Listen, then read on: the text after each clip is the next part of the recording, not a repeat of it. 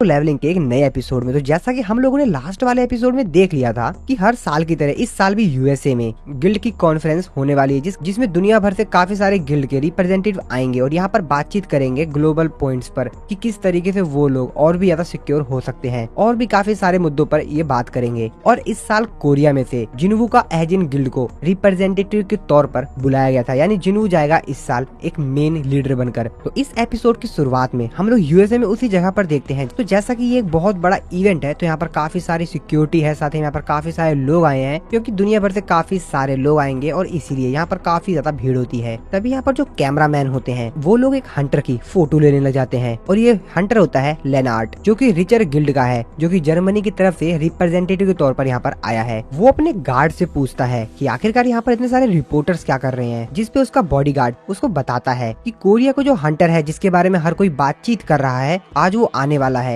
जिसपे वो कहता अच्छा तो वो आने वाला है। उसका बॉडीगार्ड उसको कहता है कि ये लो, हम लोग डेविल की बात कर रहे थे और देखो वो रहा। तो एक्चुअल में जिन्वू यहाँ पर इन लोगों से पहले ही आ गया था, जो कि साइड में खड़ा था और बॉडीगार्ड उसी की बात कर रहा था। जिसपे लेनार्ड कहता है ओ तो वो है, मुझे लगता है कि हमको उससे थोड़ी बातचीत करनी चाहिए। स्ट्रॉन्ग हंटर से बातचीत करने में मुझे कोई दिक्कत नहीं लगती, हमारे लिए तो फायदा ही है। और इसीलिए लेनार्ड जाता है जिन्वू के पास उससे बातचीत करने के लिए। लेकिन जैसे वो जिन्वू को थोड़ा सा करीब जाता है, उसके जिन्वू के चारों तरफ से काफी अलग ही सेंसेस आ रही होती है, और वो तभी वहीं पर एकदम से उस चीज को महसूस कर वहीं पर रुक जाता है। उसका बॉडीगार्ड उससे बोलता है कि क्या आप उससे जाके बात नहीं करेंगे? जिसपे वो कहता है कि तुमने देखा नहीं क्या? उसका बॉडीगार्ड कहता है कि क्या नहीं देखा मैंने? लेनार्ड अपने मन में सोचते हुए कहता है कि इसका मतलब वो अपने जो समन क्रिएचर्स हैं उनको दूसरी डायमेंशन से नहीं बुलाता है, बल्कि वो लोग हरदम उसके साथ रहते हैं। तो एक्चुअली में जिन्वू के शैडो सोल्जर्स की बात कर रहा था। इसको लगता था कि जिन्वू जो अपने शैडो सोल्जर्स हैं, यानी वो समन क्रिएचर्स, उनको अलग डायमेंशन से बुलाता है, यानी एक दूसरी जगह से ही बुलाता है और उनको समन करता है। लेकिन ऐसा नहीं था। जिन्वू के जितने भी शैडो सोल्जर्स थे वो उसके आसपास हरदम रहते थे, और इसी चीज को वो सेंस कर लेता है, और इस चीज को सेंस कर वो काफी ज्यादा हैरान होता है। वो अपने मन में सोचते हुए कहता है कि ये तो इतने सारे हैं कि ये चाहे तो यूएसए से भी वॉर कर ले। यूजिन जिन्वू से कहता है कि ऐसा लग रहा है आपके बारे में बातचीत की जा रही है। जिन्वू कहता है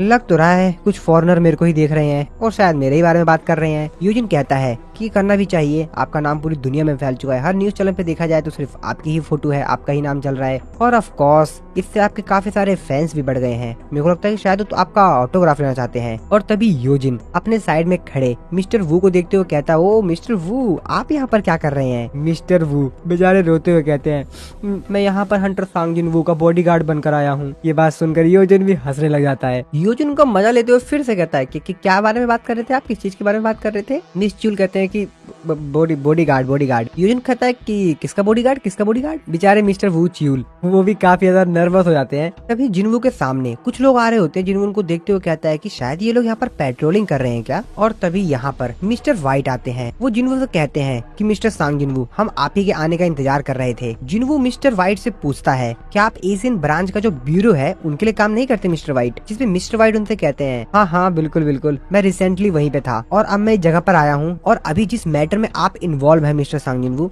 मैं उस मैटर का इंचार्ज हूँ। तभी मिस्टर व्हाइट के साथ जो उनका सिक्योरिटी वाला आया हुआ होता है वो वहाँ से योजिन को ले जाने लगता है। लेकिन मिस्टर व्हाइट जिन्वू को बताते हैं कि आप चिंता मत कीजिए, आपके जो साथी हैं इनको होटल ले जाया जा रहा है, उनकी आप फिक्र छोड़ दीजिए। जिन्वू भी योजिन से कहता है कि तुम मिस्टर वू च्यूल के साथ चले जाना। योजिन भी कहता है कि हाँ ठीक है। जिसके बाद मिस्टर व्हाइट जिन्वू से कहते हैं कि मिस्टर सांग जिन्वू, आप मेरे साथ चलिए, हमको आपसे कुछ बातचीत करनी है। जिन्वू अपने मन में सोच रहा होता है कि क्या ये मेरे फादर के बारे में बात करेंगे। मिस्टर व्हाइट जिन्वू को हंसते हुए कहते हैं कि अरे आप चिंता मत कीजिए, आपको कोई भी दिक्कत नहीं होगी। मैंने आपको ऑलरेडी ही बता दिया है कि यूएस हंटर ब्यूरो आपके बारे में क्या सोचता है, इतना चिंता मत कीजिए आप। और फिर वो जिन्वू को एक दूसरी जगह पे ले जाने लगते हैं। रास्ते में चलते समय जिन्वू उनसे बोलता है कि क्या ये कोई सीक्रेट मैटर है? जिसपे वो बताते हैं कि हाँ कुछ टॉपिक्स होते हैं जो कि टॉप सीक्रेट कैटेगरी में आते हैं, और ये टॉपिक उनमें से एक है। और फिर ये लोग कार में बैठकर कहीं जाने लग जाते हैं। जिन्वू उनसे बोलता है कि आखिरकार हम लोग कहाँ पर जा रहे हैं? जिसपे वो बताता है कि हम लोग हंटर ब्यूरो हेडक्वार्टर जा रहे हैं। जिन्वू कहता है कि the Hunter bureau? Mister white जिन्वू को बताते हैं कि अगर मैं आपको सच बताऊं तो हम लोग काफी ज्यादा इस समय अंडर प्रेशर में है, बहुत ज्यादा प्रेशर है हम लोगों के ऊपर। एक्चुअल में दोस्तों जैसा कि आपको पता ही है, जो हंटर क्रिस्टोफर है और वो यूनाइटेड स्टेट की स्ट्रेंथ का एक पिलर थे, और जैसा कि अब वो मर चुके हैं तो हमको उनकी खाली जगह को भी भरना है। चीजें अभी भी हमारे कंट्रोल में है, क्योंकि उनकी जो डेथ है अभी वो पब्लिक नहीं हुई है, और इसीलिए अभी तक हम लोग इस चीज पे कंट्रोल कर रखे हैं।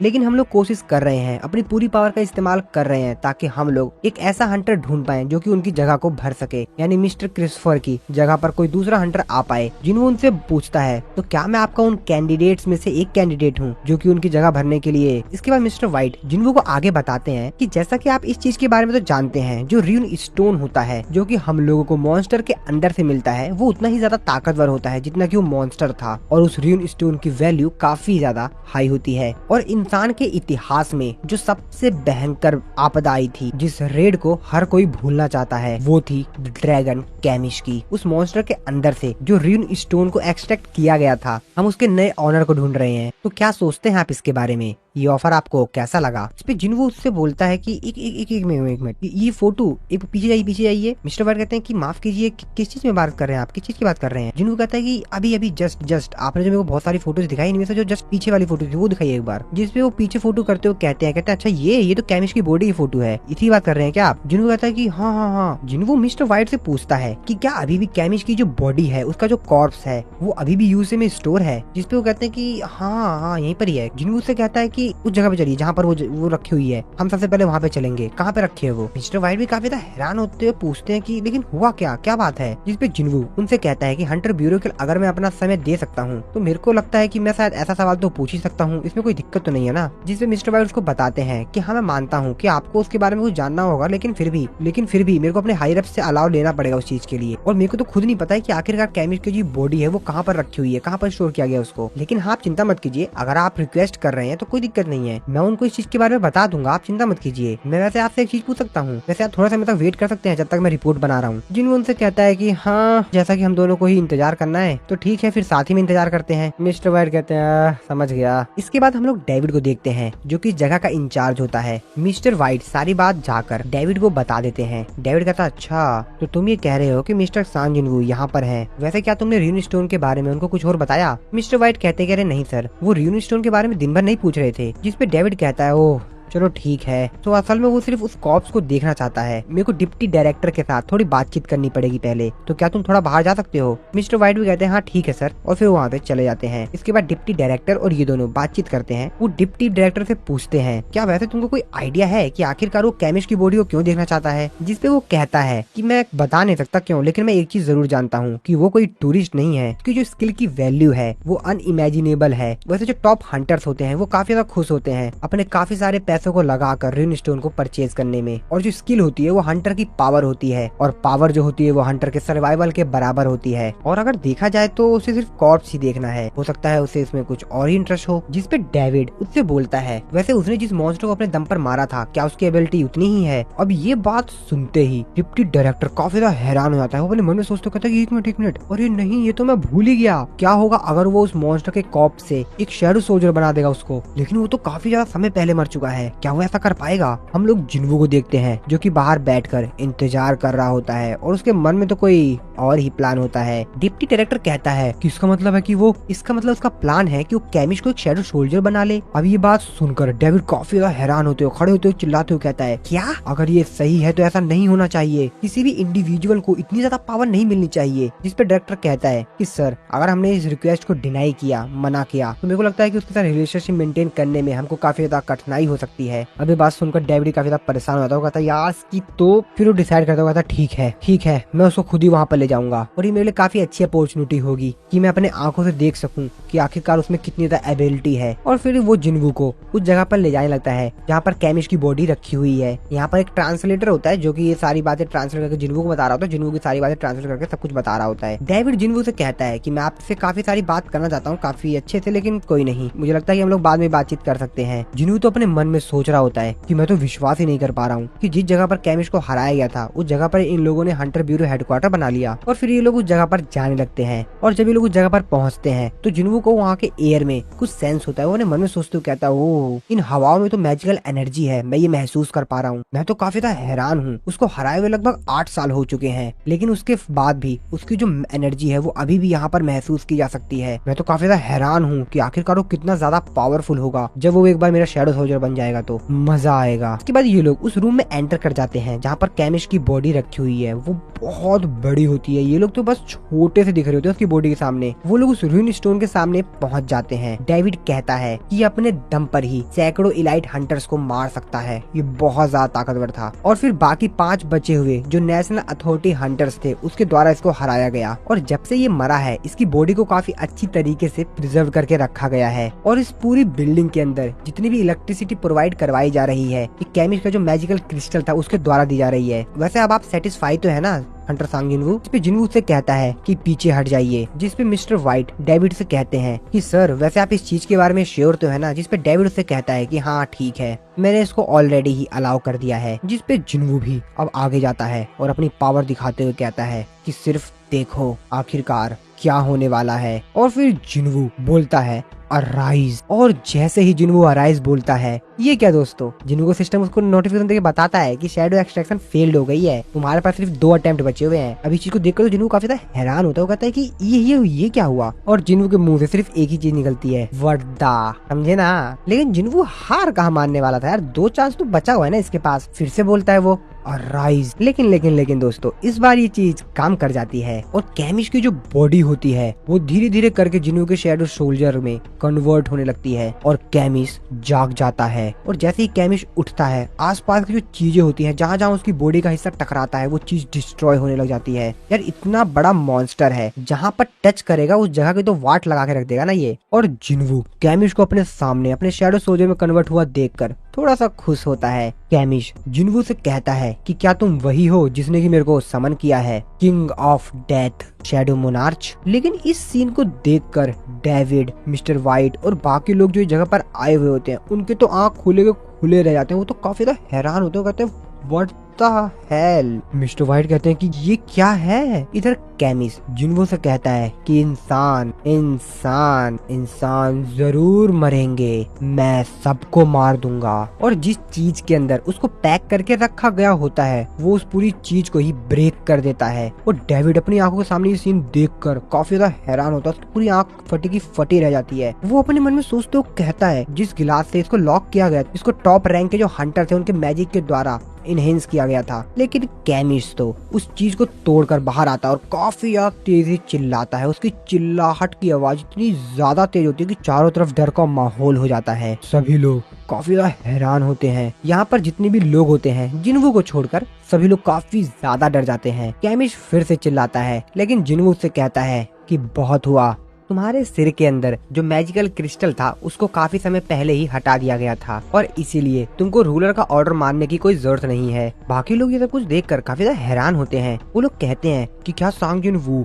मॉन्स्टर से बात कर रहे हैं? मैं इस समय जो चीज देख रहा हूँ मैं इस चीज पे विश्वास ही नहीं कर पा रहा हूँ। कैमिश कहता है अच्छा तो शैडो मोनार्च का शैडो सोल्जर बनना इस तरह की फीलिंग आती है। मैं एक समय पर ड्रैगन एम्परर की बात माना करता था, मैं उनका सर्वेंट था और अब मैं अपने नए मोनार्च का स्वागत करता हूँ। जिन्वू से पूछता है ओह अच्छा तो तुम ड्रैगन एम्परर के लिए भी काम कर चुके हो? जिस पे कैमिश उसको बताता है कि हाँ आपने सही कहा माय लॉर्ड, मैं किंग ऑफ बर्सर्क ड्रैगन के लिए काम कर चुका हूँ जो कि है मोनार्च ऑफ डिस्ट्रक्शन। जिन्वू ये बात सुनकर अपने मन में सोच रहा होता है कि मेरे को तो मालूम भी नहीं था शैडो सोल्जर के अंदर इतनी ज्यादा पावर होती है। मेरे को ये नहीं मालूम था कि इनके पास इतनी ज्यादा पावरफुल ईगो होती है। और मैंने आज तक जितने भी मॉन्स्टर्स देखे हैं उनसे ये तो कम्प्लीटली ही अलग लेवल पे है। इसकी पावर, इसकी एनर्जी, इसकी फीलिंग वो तो नेक्स्ट लेवल है। और इसको देखकर मैं कह सकता हूँ कि इसके पास बहुत ही ज्यादा इनक्रेडिबल पावर है। अब ये सब कुछ देखकर, ये सब कुछ सुनकर बाकी सभी जो लोग होते हैं तो काफी ज्यादा हैरान होते हैं। उनको बेचारा तो मुंह खुला खुला रहता है, उनके शरीर से बस पसीने आ रहे होते हैं, उनको तो कुछ समझ ही नहीं आ रहा होता। वो बेचारे पूरे कंफ्यूज से होते हैं कि यहाँ पर चल क्या रहा है, यहाँ पर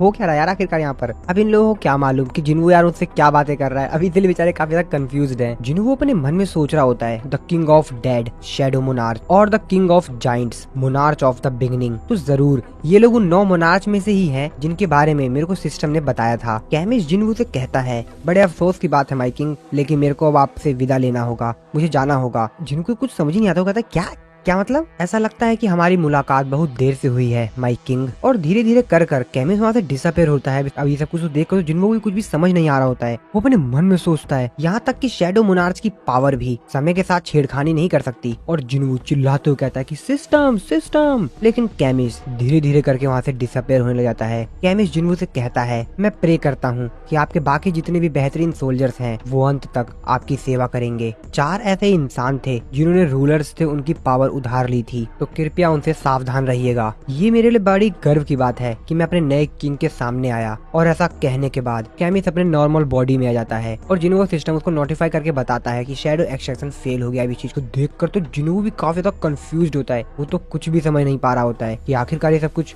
हुआ कैसे है। जिन्वू सिस्टम उसको बताता है कि आपका जो टारगेट शैडो था वो वापस से उसी पोजीशन में चला गया है, उसी सिचुएशन में चला गया जिसमें वो पहले था। जैसा कि उसको मरे हुए काफी समय हो गया है, तो अगर आगे आप कोई भी अटेम्प्ट करते हैं एक्सट्रैक्शन करने की तो उस पे ज्यादा कोई प्रभाव नहीं पड़ेगा। और फिर जिन्वू भी समझ जाता है कि शायद इस बार वो ऐसा नहीं कर पाएगा और इसीलिए वो मिस्टर व्हाइट के पास वापस आता है। मिस्टर व्हाइट से बोलता है कि मिस्टर व्हाइट, मैं डायरेक्टर से और बाकी लोगों से माफी चाहूंगा। यहाँ पर जितना भी नुकसान हुआ है इन सबके रिपेयरिंग की कॉस्ट मैं आपको दे दूंगा। जितना भी यहाँ पर नुकसान हुआ हो आप मेरे को बता दीजिएगा। मिस्टर व्हाइट भी कहते हैं ठीक है, और ऐसा कहकर जिन्वू वहाँ से चला जाता है और ये लोग सिर्फ जिन्वू को देखते रह जाते हैं। और जब जिन्वू यहाँ से बाहर जा रहा होता है तो बाहर दीवार पर काफी ज्यादा तेजी से दीवार पे पंच हिट करता है और जिन्वू का चेहरा देखकर ही क्लियर पता लगाया जा सकता है कि जिन्वू इस समय काफी ज्यादा गुस्से में है। हालांकि जिन्वू किसी बात से गुस्से में नहीं है, लेकिन शायद वो अपने आप से ही नाराज है। दोस्तों अगर आप लोग सोलो लेवलिंग की एक्सप्लेनेशन और हमारे चैनल को सपोर्ट करना चाहते हैं तो जरूरी नहीं है कि आप लोग हमारे चैनल की मेंबरशिप लें, आप लोग इनडायरेक्टली भी हमको सपोर्ट कर सकते हैं। तो अगर आप लोग अमेजोन से शॉपिंग करते हैं या भविष्य में कभी करेंगे तो आप लोग हमारी किसी भी लेटेस्ट वीडियो के डिस्क्रिप्शन में जाकर वहाँ पे अमेजोन की लिंक्स होती है, उस पर क्लिक करके उस सामान को परचेज कर सकते हैं। इस तरीके से आपके लिए उस सामान का प्राइस 1 रुपया भी नहीं बढ़ेगा, लेकिन आप लोग इनडायरेक्टली ही हमारे चैनल और सोलो लेवलिंग को सपोर्ट कर सकते हैं। इस तरीके से भी की मर्जी, अगर आप लोग सपोर्ट करना चाहते हैं तो करिए, नहीं तो कोई दिक्कत नहीं है दोस्तों, एंजॉय कीजिए। इस तरफ हम लोग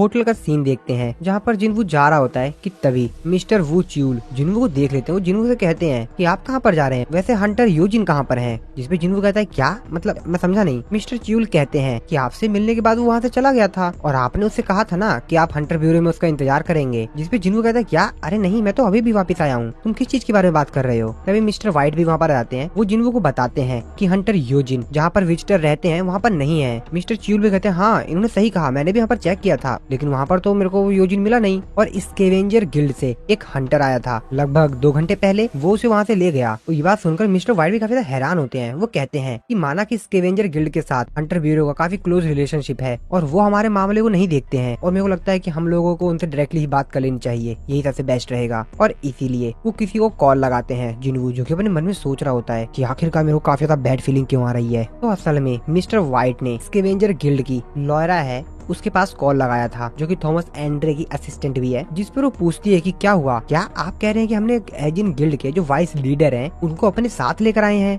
मिस्टर व्हाइट अपने मन में सोचते कहते हैं कि अब ये मत बोलना कि। और तभी लॉयरा उनसे पूछती है कि क्या हंटर सांग जिन्वू इस चीज के बारे में जानते हैं? जिस पे वो बताता है कि नहीं, हंटर सांग जिन्वू ने अभी तक ये न्यूज नहीं सुनी है। वैसे वो हंटर योजिन जो कि उनका साथी है उनके बारे में पूछ रहे थे जब वो ब्यूरो में थे वहाँ पर। तो जिसपे लॉयरा उनसे कहती है तब तो हमको इसके तह तक जाना होगा, कुछ तो गड़बड़ है। मिस्टर व्हाइट जिन्वू से कहते हैं कि हंटर सांग जिन्वू स्कैवेंजर गिल्ड से मेरी बात हो गई है, वो इस मैटर पर इन्वेस्टिगेशन कर रहे हैं, वो हमको जल्द से जल्द बताएंगे क्या हुआ। लेकिन तभी वो देखते हैं कि जिन्वू तो वहाँ पर है ही नहीं। वो कहते हैं अब हंटर सांग जिन्वू कहाँ गए? इस तरफ हम लोग जिन्वू को देखते हैं जो कि वहाँ से निकल गया था, क्योंकि जिन्वू को पता है इन लोगों को काफी ज्यादा समय लग जाएगा और क्या पता योजिन के साथ क्या हो जाए। और इसीलिए जिन्वू खुद ही निकल पड़ता है योजिन को ढूंढने के लिए। अपने मन में सोचते हुए जिन्वू कहता है कि ये सब कुछ मेरी ही गलती है। चेयरमैन यो को बचाने के बाद मैंने अपनी शैडो एक्सचेंज स्किल का इस्तेमाल किया, उसके बाद तो मैं भूल ही गया और मैंने योजिन को कोई भी अपना शैडो सोल्जर असाइन ही नहीं किया। और अगर मेरी सिस्टर के साथ जैसा हुआ था अगर वैसा कुछ दोबारा हुआ तो अरे नहीं, ये मैंने कितनी बड़ी गलती कर दी। और जिन्वू बोलता है अराइज। और जिन्वू कैसे बोलते ही उसके काफी सारे शैडो सोल्जर वहाँ पर आ जाते हैं और जिन्वू उन लोगों से बोलता है कि ढूंढो उन्हें। और जिन्वू के काफी सारे शैडो सोल्जर्स अलग अलग दिशाओं में चले जाते हैं योजिन को ढूंढने के लिए। इस तरफ हम लोग देखते हैं थॉमस एंड्रे को, जो कि जब वान डाउन सू के जहाँ पर वो रुका हुआ था वहाँ पर जाता है उस रूम में, तो देखता है कि वहाँ पर काफी सारे लोग पहले से ही घायल घायल पड़े हुए हैं, उन लोगों की काफी बुरी हालत है। ये सब कुछ देखकर थॉमस एंड्रेस समझ जाता है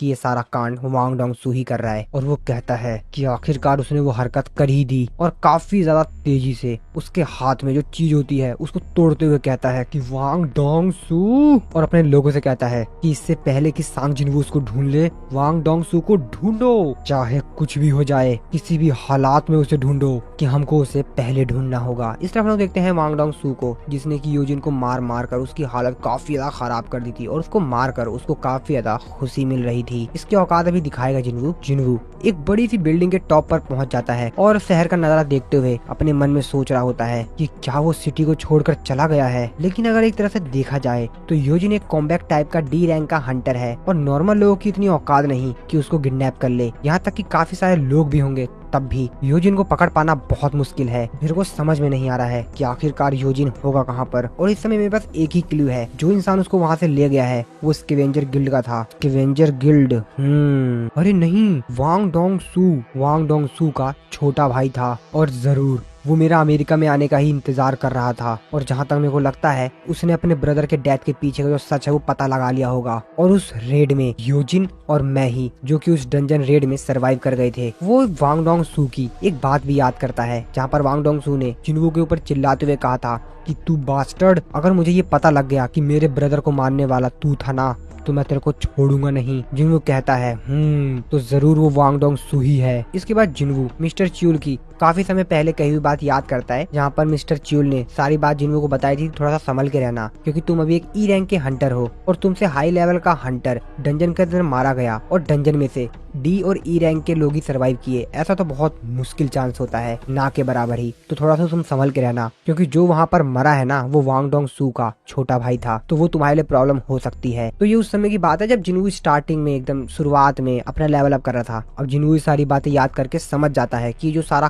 कांड है ना ये वांग डोंग-सू ने ही किया है। और जिनवू गुस्से में अपने मन में कहता है कि अगर योजिन के साथ कुछ भी हुआ ना। इस तरफ हम लोग देखते हैं थॉमस एंड्रे को। थॉमस एंड्रे अपने गार्ड से पूछता है कि क्या अभी तक कोई न्यूज मिली, जिसपे वो बताता है कि नहीं सर, अभी तक कोई भी न्यूज नहीं मिली। थॉमस एंड्रे अपने मन में सोच रहा होता है, क्या उसको मरने से डर नहीं लग रहा? नहीं, मिस्टर वांग डोंग-सू एक एस रैंक का हंटर है, तो वो अपनी स्ट्रेंथ और जिनवू की स्ट्रेंथ के बीच में डिफरेंस जानता है। और इतनी ज्यादा बेवकूफी वाली हरकतें करना, इसका मतलब क्या कर रहा है वो, उसे पता है वो जो हरकतें कर रहा है उससे वो बचेगा नहीं। शायद मैं अपने हंटर के प्रति काफी ज्यादा ही दयालु हूँ। इसके बाद थॉमस एंड्रे लॉयरा को कॉल करता है, उससे पूछता है कि सिचुएशन क्या है। लॉयरा उसको बताती है कि हमने हंटर ब्यूरो कॉर्पोरेशन के साथ बातचीत की और हमने मिस्टर वांग डोंग-सू के लास्ट के कुछ मंथ के पैटर्न्स को अच्छी तरह से एनालाइज किया और उनमें से 3 बार ऐसा हुआ है जब कुछ अनयूजुअल एक्टिविटी को नोटिस किया गया है। थॉमस एंड्रे कहता है कि वो सब कुछ मेरे को भेजो, मैं अपने लोगों के साथ वहाँ पर जा रहा हूँ, जिसपे लॉयरा भी कहती है कि ठीक है सर। तभी थॉमस एंड्रे कहता है कि लेकिन एक मिनट, आखिरकार तुमने हंटर ब्यूरो को किस तरीके से कन्विंस किया लॉयरा? जिसपे लॉयरा उसको बताती है कि मैं हंटर ब्यूरो गई और मैंने उन लोगों से कहा कि अगर हम लोग वांग डोंग-सू को नहीं ढूंढ पाए, तुम में और सांग जिन-वू में बहुत बड़ा कलेश होने वाला है। और ये बात सुन के वहाँ पर जितने भी लोग थे वो सभी के सभी लोग अलर्ट हो गए। डिप्टी डायरेक्टर मिस्टर व्हाइट से कहते हैं, क्या 100 के 100 सभी लोग? जिसमें मिस्टर व्हाइट कहते हैं कि हाँ,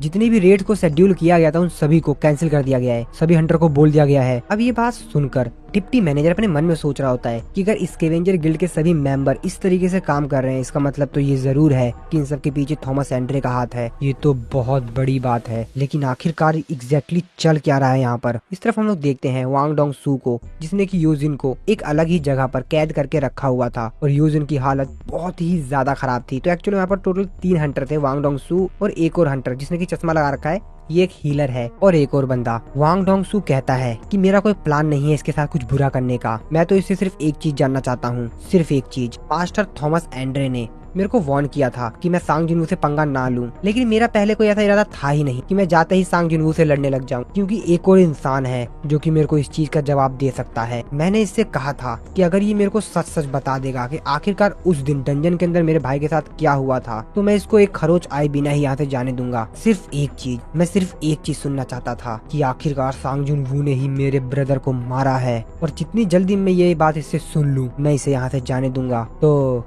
उठ योजिन, उठ। और वो योजिन के छाती पर काफी तेजी से पंच मारते हुए कहता है कि मैंने कहा उठ। और योजिन को होश आता है, लेकिन उसकी हालत काफी ज्यादा खराब थी। वांग डोंग-सू ने इसको मार मार के काफी ज्यादा ही घायल कर दिया था। वो चश्मे वाला जो हंटर होता है वो कहता है ये तो काफी ज्यादा ड्यूरेबल है, ऐसा लगता है कि एक टैंक है। अगर कोई नॉर्मल इंसान होता तो इतना टॉर्चर करने के बाद तो वो कब का मर गया होता। वांग डोंग सू यूजिन की तरफ देखते हुए कहता है मुझे नहीं पता कि आखिरकार ये बास्टर्ड ऐसा क्यों है, ये बता क्यों नहीं देता। और वो यूजिन का सर पकड़ते हुए पीछे जो उसके दीवार होती है उसमें दे मारता है और उससे कहता है कि सुन बे, मैं तुझे मारना नहीं चाहता हूँ, और वैसे भी तेरे पीछे जो ये बंदा तेरे को दिखाई दे रहा है ना, ये काफी बेहतरीन हीलर है, तो चिंता मत कर, तू मरेगा तो नहीं, क्योंकि जब तू मरने वाला होगा ना तो ये तुझे हील करके बचा लेगा। तो इसका मतलब तो ये है कि जब तक तू मेरे को सच नहीं बता देता ना, तब तक तेरे को मैं टॉर्चर करता रहूंगा। जब तक नहीं बताएगा तो बता दे सच क्या है, बता दे। और तुझे एक बात और बता दूं मैं कि इस फैक्ट्री को बंद हुए 5 साल हो चुके हैं, तो ये मत सोचियो कि यहाँ पर तेरे कोई बचाने आ जाएगा, क्योंकि यहाँ पर आसपास तुझे कोई नहीं बचाने आएगा। कोई फर्क नहीं पड़ता कितनी तेज चिल्लाता है, चिल्ला ले जितना चिल्लाना है, कोई भी नहीं आएगा तेरे को बचाने के लिए जगह पर। तो क्या लगता है, कुछ सोचा तूने? क्या थोड़ा बहुत बोलने की ट्राई करेगा? जिसपे यूजिन कुछ बोलने के लिए मुंह खोलता है। वांग डोंग सू कहता है क्या बोलना चाह रहा है? यूजिन थोड़ा सा मुस्कुराते हुए कहता है भाड़ में जा। और ये बात सुनते ही वांग डोंग सू को और भी ज्यादा गुस्सा आता है। वो फिर से यूजिन का सर पीछे जो दीवार होती है उसमें दे मारता है काफी ज्यादा तेजी से। ये सब कुछ देखकर उसके पीछे जो एक और गुंडा होता है वो वांग डोंग सू से कहता है कि मिस्टर वांग डोंग सू, मैंने आपके साथ किसी का मर्डर करने का डील नहीं किया था। वांग डोंग सू कहता है कि मालूम है मुझे, चिंता मत कर, मरेगा नहीं ये। तो चलो फिर शुरू करते हैं। जिसपे वो कहता है कि किस चीज के बारे में बात कर रहे हो आप? वांग डोंग सू कहता है कि मैं तो सिर्फ अभी शुरुआत ही की है। लेकिन तभी वांग डोंग सू साइड में देखता है तो वहाँ पर जिन्हों का एक शैडो सोल्जर खड़े होकर इनको ही देख रहा होता है। वांग डोंग सू कहता है कि ये क्या है, क्या एक ऑर्क? और अपने जैकेट को उतारते हुए कहता है क्या आसपास कोई डंजन ब्रेक हुआ है या कुछ? और कितना ज्यादा बकवास है। और काफी ज्यादा तेजी से जाकर जिन्हों के शैडो सोल्जर के ऊपर अटैक करते हुए कहता है इस समय मेरे से पंगा लेने को हिम्मत कर। और तभी हमको एक आवाज सुनाई देती है, एक्सचेंज। और फिर वो सीन वहीं पे कट हो जाता है। इसके बाद हम लोग देखते हैं जिन्वू के घर का सीन, जहाँ पर उसकी मॉम जिन्वू को ही याद कर रही होती है। वो अपनी बेटी जिन्हा से पूछती है कि आखिरकार जिन्वू क्या कर रहा होगा। जिन्वू का शैडो सोल्जर बेरू जो कि पीछे ही होता है इनके, वो अपने मन में सोचते हुए कहता है कि ओह मेरे किंग की मदर की चिंता मत कीजिए, मेरे किंग सबसे बेहतरीन है, इस दुनिया में कोई भी नहीं है जो कि उनका सामना कर पाए। और तभी उनके सामने न्यूज में जिन्वू की ही फोटो आ रही होती है, जो कॉन्फ्रेंस ऑर्गेनाइज की गई होती है उसी के बारे में न्यूज चल रही होती है, जहाँ पर जिन्वू की भी फोटो आती है। अब इस चीज को देखकर जिन्वू की मॉम जिन्हा से कहते हैं कि जिन्हा वो देखो तुम्हारा ब्रदर। जिन्हा कहती है क्या सही में? और पीछे बेरू भी कुछ देखकर काफी ज्यादा खुश हो रहा होता है। वो कहता है कि माई किंग। लेकिन तभी बेरू नोटिस करता है, वो कहता है कि ये फीलिंग मुझे एक बार पहले भी आ चुकी है, क्या किंग गुस्से में है? इसके बाद हम दूसरी तरफ काफी सारे हंटर का एक ग्रुप देखते हैं जो कि किसी रेड पर जा रहे होते हैं। उनका लीडर उनको समझा रहा होता है कि काफी दिनों से डंजन के अंदर काफी सारे एक्सीडेंट्स हो रहे हैं, तो थोड़ा सा संभल के रहना और हम लोगों को ये रेड कंप्लीट करनी है बिना किसी दुर्घटना के। जिसपे सभी लोग कहते हैं कि हाँ सर। तभी उनमें से एक हंटर काफी ज्यादा तेजी से डरते हुए चिल्लाता है, जिसको देखकर उनको लीडर कहता है कि क्या हुआ? जिसपे वो कहता है कि सर शैडो आपके पीछे एक शैडो है, जस्ट वो देखिए। जिसपे वो उससे कहता है कि योंटे मैं तुमको बोला है ना कितनी बार कि रेड पे चलते समय पी कर मत आया करो, तुमको मैंने मना किया है ना। जिसपे वो कहता है कि नहीं सर, आज तो मैंने बिल्कुल नहीं पिया सर, बिल्कुल भी थोड़ा सा भी नहीं पिया सर, मैं आपको सच कह रहा हूँ, देखिए आपके पीछे एक शैडो है। लेकिन वो लीडर बिल्कुल भी उस पर विश्वास नहीं करता है। उससे कहता है कि तुम जानते हो तुम्हें आज ब्रेक लेना चाहिए। जिसपे कहता है कि बॉस आई एम सीरियसली, मैं सही बता रहा हूँ। के बाद हम लोग देखते हैं थॉमस एंड्रे को, जो कि अपने लोगों के साथ कहीं पर जा रहा होता है कि तभी वो अपने ड्राइवर से बोलता है कि गाड़ी रोको। जिसपे वो कहता है कि क्या सर? जिसपे उसको चिल्लाते हुए कहता है कि मैंने कहा गाड़ी रोको, डैम इट, ये पहले ही शुरू हो चुका है। और वो चलती कार का ही गेट तोड़ देता है और बाहर निकलता है। सभी लोग ये देखकर गाड़ी रोक देते हैं। जिस पर वो अपने ड्राइवर से कहता है कि मैं आगे जा रहा हूँ, तुम लोग मेरे को फॉलो करो जितना जल्दी हो सके। जिसपे वो भी कहता है कि हाँ ठीक है सर। और इसके बाद थॉमस एंड्रे निकल पड़ता है उस जगह के लिए जहाँ पर जिन्वू और वांग डोंग सू की लड़ाई होने वाली है। जिसपे ड्राइवर बात कर रहे होते हैं। मेरे को लगता है कि कल की सिचुएशन और ज्यादा खराब होने वाली है, क्योंकि बहुत ज्यादा डैमेजेस होने वाला है। जिसपे दूसरा ड्राइवर कहता है कि हाँ लगता तो कुछ मेरे को ऐसा ही है। और इस तरफ हम लोग देखते हैं वांग डोंग सू के पेट पर एक काफी ज्यादा तेजी से पंच लगता है। और आप लोगों को तो पता ही यार किसका पंच है। तो हाँ दोस्तों, ये है हमारे हीरो सांग जिन्वू का पंच। बाकी जो दोनों लोग होते हैं यहाँ पर वांग डोंग सू के साथी, वो भी देखकर काफी ज्यादा हैरान होती है कि अब ये कौन आ पड़ा है यहाँ पर। हम लोग देखते हैं योजिन को, जो कि अपने चेहरे पर एक स्माइल देता है। और वांग डोंग सू को एक पंच पड़ते ही उसके मुंह से खून आ जाता है और काफी ज्यादा दूर जाके गिरता है। और सामने खड़ा होता है जिन्वू, जो कि बहुत ही ज्यादा गुस्से में है। जिन्वू योजिन को हीलिंग वाटर पिलाता है, जिसकी वजह से शायद वो थोड़ा सा रिकवर हो पाए। लेकिन जिन्वू को सिस्टम उसको नोटिफाई करके बताता है अगर एचपी 10% से कम है तो आप हीलिंग वाटर का इस्तेमाल कर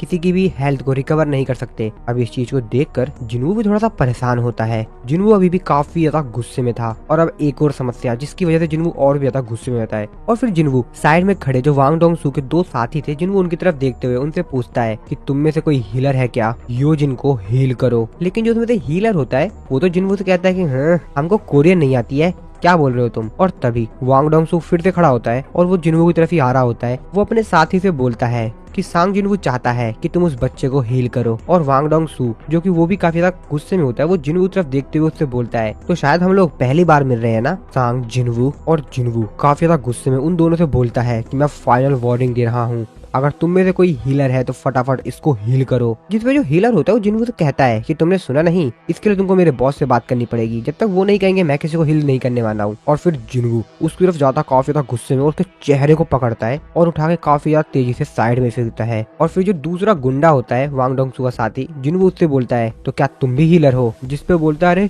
अरे मिस्टर वांग डोंग सू, आपने तो कहा था कि ये जॉब में कोई भी खतरा नहीं है और आप तो सांग जिन्वू से पंगा भी नहीं लोगे, ये कर रहा है। और फिर जिन्वू उससे दोबारा से पूछता है कि क्या तुम हील करने के लायक हो या नहीं, तुम एक हीलर भी हो या नहीं। जिसपे वो कहता है कि नहीं नहीं नहीं नहीं नहीं मैं तो, और वो उससे आगे कुछ बोल पाता, जिन्वू उसको भी उठाकर जमीन में पटक देता है। और वांग डोंग सू और जिन्वू दोनों ही इस समय काफी ज्यादा गुस्से में हो। वांग डोंग सू जिन्वू से कहता है कि मैं जानता था कि तुम ही हो जिसने कि मेरे ब्रदर वांग डोंग सुक को मारा था, है ना, सही बात है ना। योजिन जो कि साइड में घायल पड़ा हुआ होता है, वो जिन्वू से कहता है कि ये वांग डोंग सुक का ब्रदर है, प्लीज इससे थोड़ा सा केयरफुल रहना। जिन्वू योजिन से बोलता है कि योजिन तुम बोलो मत। वांग डोंग सू जिन्वू से फिर से पूछता है कि तुमने मेरा जवाब नहीं दिया सांग जिन्वू, क्या तुम वही हो। जिन्वू वांग डोंग सू को जवाब देते हुए कहता है कि तुम उसी से पूछ लेना जब तुम उसे दोबारा मिलोगे तो। अब ये बात सुन के वांग डोंग सू और भी ज्यादा गुस्से में जाता है और वो गुस्से में जिन्वू के ऊपर काफी ज्यादा तेजी से अटैक करता है। और जिन्वू उसके इस अटैक से बड़े ही आसानी से बच जाता है, मानो कि उसके इस अटैक से जिन्वू को कोई फर्क ही ना पड़ा हो। और जिन्वू उल्टा ही उसके पेट पर एक काफी तेजी से पंच हिट करता है, जिसकी वजह से वांग डोंग सू की तो हालत ही खराब जाती है, उसके मुंह से खून आने लग जाता है और वो काफी ज्यादा दूर जाकर गिरता है। और सामने जब धूल हटती है तो वांग डोंग सू की हालत बहुत ही ज्यादा खराब हो गई होती है। जिन्वू की सिर्फ एक ही पंच में, अभी तो इसको और भी पंच पड़ेंगे। लेकिन वांग डोंग सू अभी भी गुस्से में था, वो काफी ज्यादा गुस्से में जिन्वू की तरफ देख रहा होता है, मानो जिन्वू को आज वो मार ही डालेगा। लेकिन जिन्वू को तो कुछ भी फर्क नहीं पड़ता। जिन्वू उड़ते हुए सीधा उसके पास आता है और वांग डोंग सू जिन्वू को फिर से अटैक कर पाता उससे पहले ही जिन्वू उल्टा उसी के ऊपर अटैक करके उसके ऊपर फिर से एक तगड़ा हिट करता है और उसको फिर जमीन में दे मारता है, जिसकी वजह से उसकी और भी ज्यादा हालत खराब हो जाती है। जिन्वू फिर से उसका सर पटकता है और फिर से जमीन में दे मारता है। और जिन्वू ऐसा तब तक करता रहता है जब तक कि उसको थॉमस एंड्रे आकर बोलता नहीं है कि बहुत हुआ। तो एक्चुअल में यहाँ पर थॉमस एंड्रे भी आ चुका था और वो जिन्वू की तरफ चिल्लाते हुए कहता है कि बहुत हुआ, रुको। और वो वांग डोंग सू से कहता है कि मैंने तुझसे कहा था ना कि इससे पंगा मत लियो। वांग डोंग सू क्या तुम अभी भी जिंदा हो। वांग डोंग सू कहता है हाँ अभी के लिए तो ठीक हूँ। जिसपे थॉमस एंड्रे जिन्वू से कहता है कि ऐसा लगता है कि ये तो अच्छे से समझ नहीं पाया, लेकिन मुझे लगता है कि तुम अच्छे से समझ जाओगे काफी अच्छे से, इसको जाने दो और आज जो कुछ भी हुआ इस चीज को एकदम से भूल जाओ, मानो यहाँ पर आज कुछ हुआ ही ना हो। जिसपे जिन्वू से कहता है कि और अगर मैं ऐसा ना करूँ तो थॉमस एंड्रे उससे कहता है कि फिर तो मैं अपनी ताकत लगाकर तुमको रोकूंगा। और फिर जिन्वू भी वांग डोंग सू को उठा के वहां से दूर फेंक देता है। वो कहता है कि चलो ठीक है तो ताकत लगा के रोक लो मेरे को आज। वांग डोंग सू जो कि अभी आसमान में ही होता है, जिसको जिन्वू ने भी फेंका होता है, लेकिन उसके मन में ये नहीं चल रहा था कि जिन्वू ने आज पीटा है। उसके मन में तो चल रहा होता है कि बहुत बढ़िया, तुम्हारे पास कोई भी चॉइस नहीं है जिन्वू, और अब तुमको थॉमस एंड्रे से लड़ना ही होगा। मेरे लिए जिन्वू को मार दो। हाँ थॉमस एंड्रे जिन्वू को मार दो। और वो भी खुश हो रहा होता है कि अब थॉमस एंड्रे और जिन्वू की फाइट होगी। इस तरफ हम लोग देखते हैं जिन्वू और थॉमस एंड्रे को, जो कि एक दूसरे के सामने खड़े होते हैं। हालांकि थॉमस एंड्रे जिन्वू से काफी ज्यादा लंबा है, काफी ज्यादा ऊंचा तगड़ा फंदा लग रहा है। जैसा कि हम लोग को मालूम है कि जिन्वू दिखने में मामूली है, ताकतवर तो ये भी है। थॉमस एंड्रे जिन्वू से कहता है कि तू जानता नहीं क्या मैं कौन हूँ। जिसपे जिन्वू से कहता है कि इससे कोई भी फर्क नहीं पड़ता कि तुम कौन हो। थॉमस एंड्रे जो कि जिन्वू की तरफ काफी ज्यादा गुस्से में देख रहा होता है, लेकिन वो अपने मन में सोच रहा होता है कि ये जानता है कि मैं कौन हूँ, लेकिन फिर भी ये सब कुछ कर रहा है। तो थॉमस एंड्रे एक बहुत ही ज्यादा गरीब फैमिली में पैदा हुआ। उसके चारों तरफ बस दुश्मन ही दुश्मन थे। उसका नाम कोई नहीं जानता था, कोई भी नहीं, लेकिन उसके पास एक बहुत ही बेहतरीन गिफ्ट था जो कि उसको बाकी लोगों से बहुत ही ज्यादा अलग करता था। और इसी एक्स्ट्रा ऑर्डिनरी टैलेंट के दम पर वो बहुत ज्यादा आगे चला गया, बाकी लोगों से तो बहुत ज्यादा आगे। और उसकी वो टैलेंट था ओवरवेलमिंग स्ट्रेंथ। उसके पास बहुत ही ज्यादा पावरफुल स्ट्रेंथ थी, इतनी ज्यादा ताकत कि वो बाकी लोगों से बहुत ज्यादा आगे जा सकता था। उसने ना जाने कितनी लड़ाइयां लड़ी और उसने ये प्रूव किया कि उसका जो टैलेंट है वो कितना ज्यादा कीमती है। उसने अपनी इस ताकत का इस्तेमाल उन लोगों के खिलाफ किया जो कि उसको पहले बहुत परेशान किया करते थे। इसके पास क्या नहीं है? स्ट्रेंथ, अथॉरिटी, वेल्थ, फोर्स, सब कुछ तो है। ये अपनी जिंदगी राजाओं की तरह जीता है। इसके पास अलग अलग प्रकार की काफी सारी पावर्स हैं और जब इस दुनिया में एक दूसरे प्रकार की ही पावर अपीयर हुई तो इसने उस अपॉर्चुनिटी के थ्रू देखा कि वो एक ट्रू किंग बन सकता है। उसने उन सभी को मिटा दिया जो कि उसके रास्ते में आए और जो भी उसकी तरफ देखता था वो उसको उसके घुटने पे ले आता था। और थॉमस एंड्रे मानता था वायलेंस ही उसके जीतने का तरीका था। वो अपने एक्सपीरियंस से ये बात जानता था कि जो लोग भी उसकी बात नहीं मानते हैं उनसे कैसे निपटना है। और फिर थॉमस एंड्रे जिन्वू के ऊपर काफी ज्यादा तेजी से अटैक कर देता है। थॉमस एंड्रे के साथ जो बाकी लोग इसके सपोर्ट में आए हुए थे, इनके साथ ही बाकी हंटर्स लोग जो कि बाहर ही खड़े होते हैं, वो सभी के सभी कहते हैं अरे पीछे हटो पीछे हटो। और यहाँ पर काफी तेजी से थॉमस एंड्रे उड़ते हुए बाहर आते हैं। तो दोस्तों एक्चुअल में थॉमस एंड्रे ने जिन्वू के ऊपर अटैक किया था, लेकिन जिन्वू ने भी थॉमस एंड्रे के ऊपर अटैक किया था। और एक्चुअल में इस अटैक को थॉमस एंड्रे रोक रहा होता है क्योंकि जिन्वू ने इतना ज्यादा तेज अटैक किया था कि थॉमस एंड्रे काफी ज्यादा पीछे चला गया था। हालांकि थॉमस एंड्रे ने इस अटैक को ब्लॉक कर लिया था, लेकिन वो काफी ज्यादा पीछे चला गया था। उसके लोग थॉमस एंड्रे को इस हालात में देखकर काफी ज्यादा हैरान होते हैं। वो लोग कहते हैं कि मास्टर आप ठीक तो है ना? लेकिन थॉमस एंड्रे उन लोगों को इशारा करते हुए कहता है कि नहीं रुको, इसे तो मैं ही देख लूंगा। और फिर थॉमस एंड्रे को छोड़ के बाकी लोग जो होते हैं वो पीछे जाने लग जाते हैं ताकि यहाँ पर थॉमस एंड्रे जिन्वू से अच्छी तरीके से फाइट कर सके। इस तरफ हम लोग जिन्वू को देखते हैं जो कि अपने शैडो सोल्जर इग्रीस को कहता है योजिन को सबसे नियरेस्ट हॉस्पिटल में लेकर जाओ और एक बात का ध्यान रखना, इसको बेहतरीन से बेहतरीन ट्रीटमेंट मिले। और फिर इग्रीस भी योजिन को लेकर वहाँ से चला जाता है और अब शुरुआत होगी युद्ध की। एक बहुत ही ज्यादा तगड़ी फाइट जिन्वू के शैडो सोल्जर और थॉमस एंड्रे के लोगों के बीच। तो एक तरफ है जिन्वू की पूरी सेना और दूसरी तरफ है थॉमस एंड्रे की पूरी सेना। और अब ये युद्ध बहुत ही ज्यादा खतरनाक होने वाला है। थॉमस एंड्रे जो कि कहता है कि ठीक है, तो अब हम लोग बात करते हैं क्योंकि मेरे को ये समय काफी ज्यादा कीमती लग रहा है। लेकिन थॉमस एंड्रे तो अपने मन में सोच रहा होता है इन सब कारनामे का जिम्मेदार मैं भी वांग डोंगसू को नहीं ठहरा सकता हूँ। मानता हूँ उस बेवकूफ ने हरकतें की हैं, लेकिन इस समय मेरी इज्जत वापस लाने का सिर्फ एक ही तरीका है, मेरे को इसको मारना होगा। थॉमस एंड्रे सांग जिन्वू से कहता है अभी भी ज्यादा देर नहीं हुई है, अपनी गलती मान लो और पीछे हट जाओ। और अभी और भी वक्त अगर तुम मेरे से अपनी जिंदगी की भीख मांगोगे तो मैं तुमको माफ भी कर दूं। लेकिन जिन्वू उसको बड़ा ही प्यारा रिप्लाई देता है भाड़ में जा। थॉमस एंड्रे की तो दिमाग ही खराब हो जाता है, वो तो और भी ज्यादा गुस्से में आता है। वो जिन्वू ऊपर चिल्लाते हुए कहता है कि तू बास्टर्ड, तेरी इतनी औकात,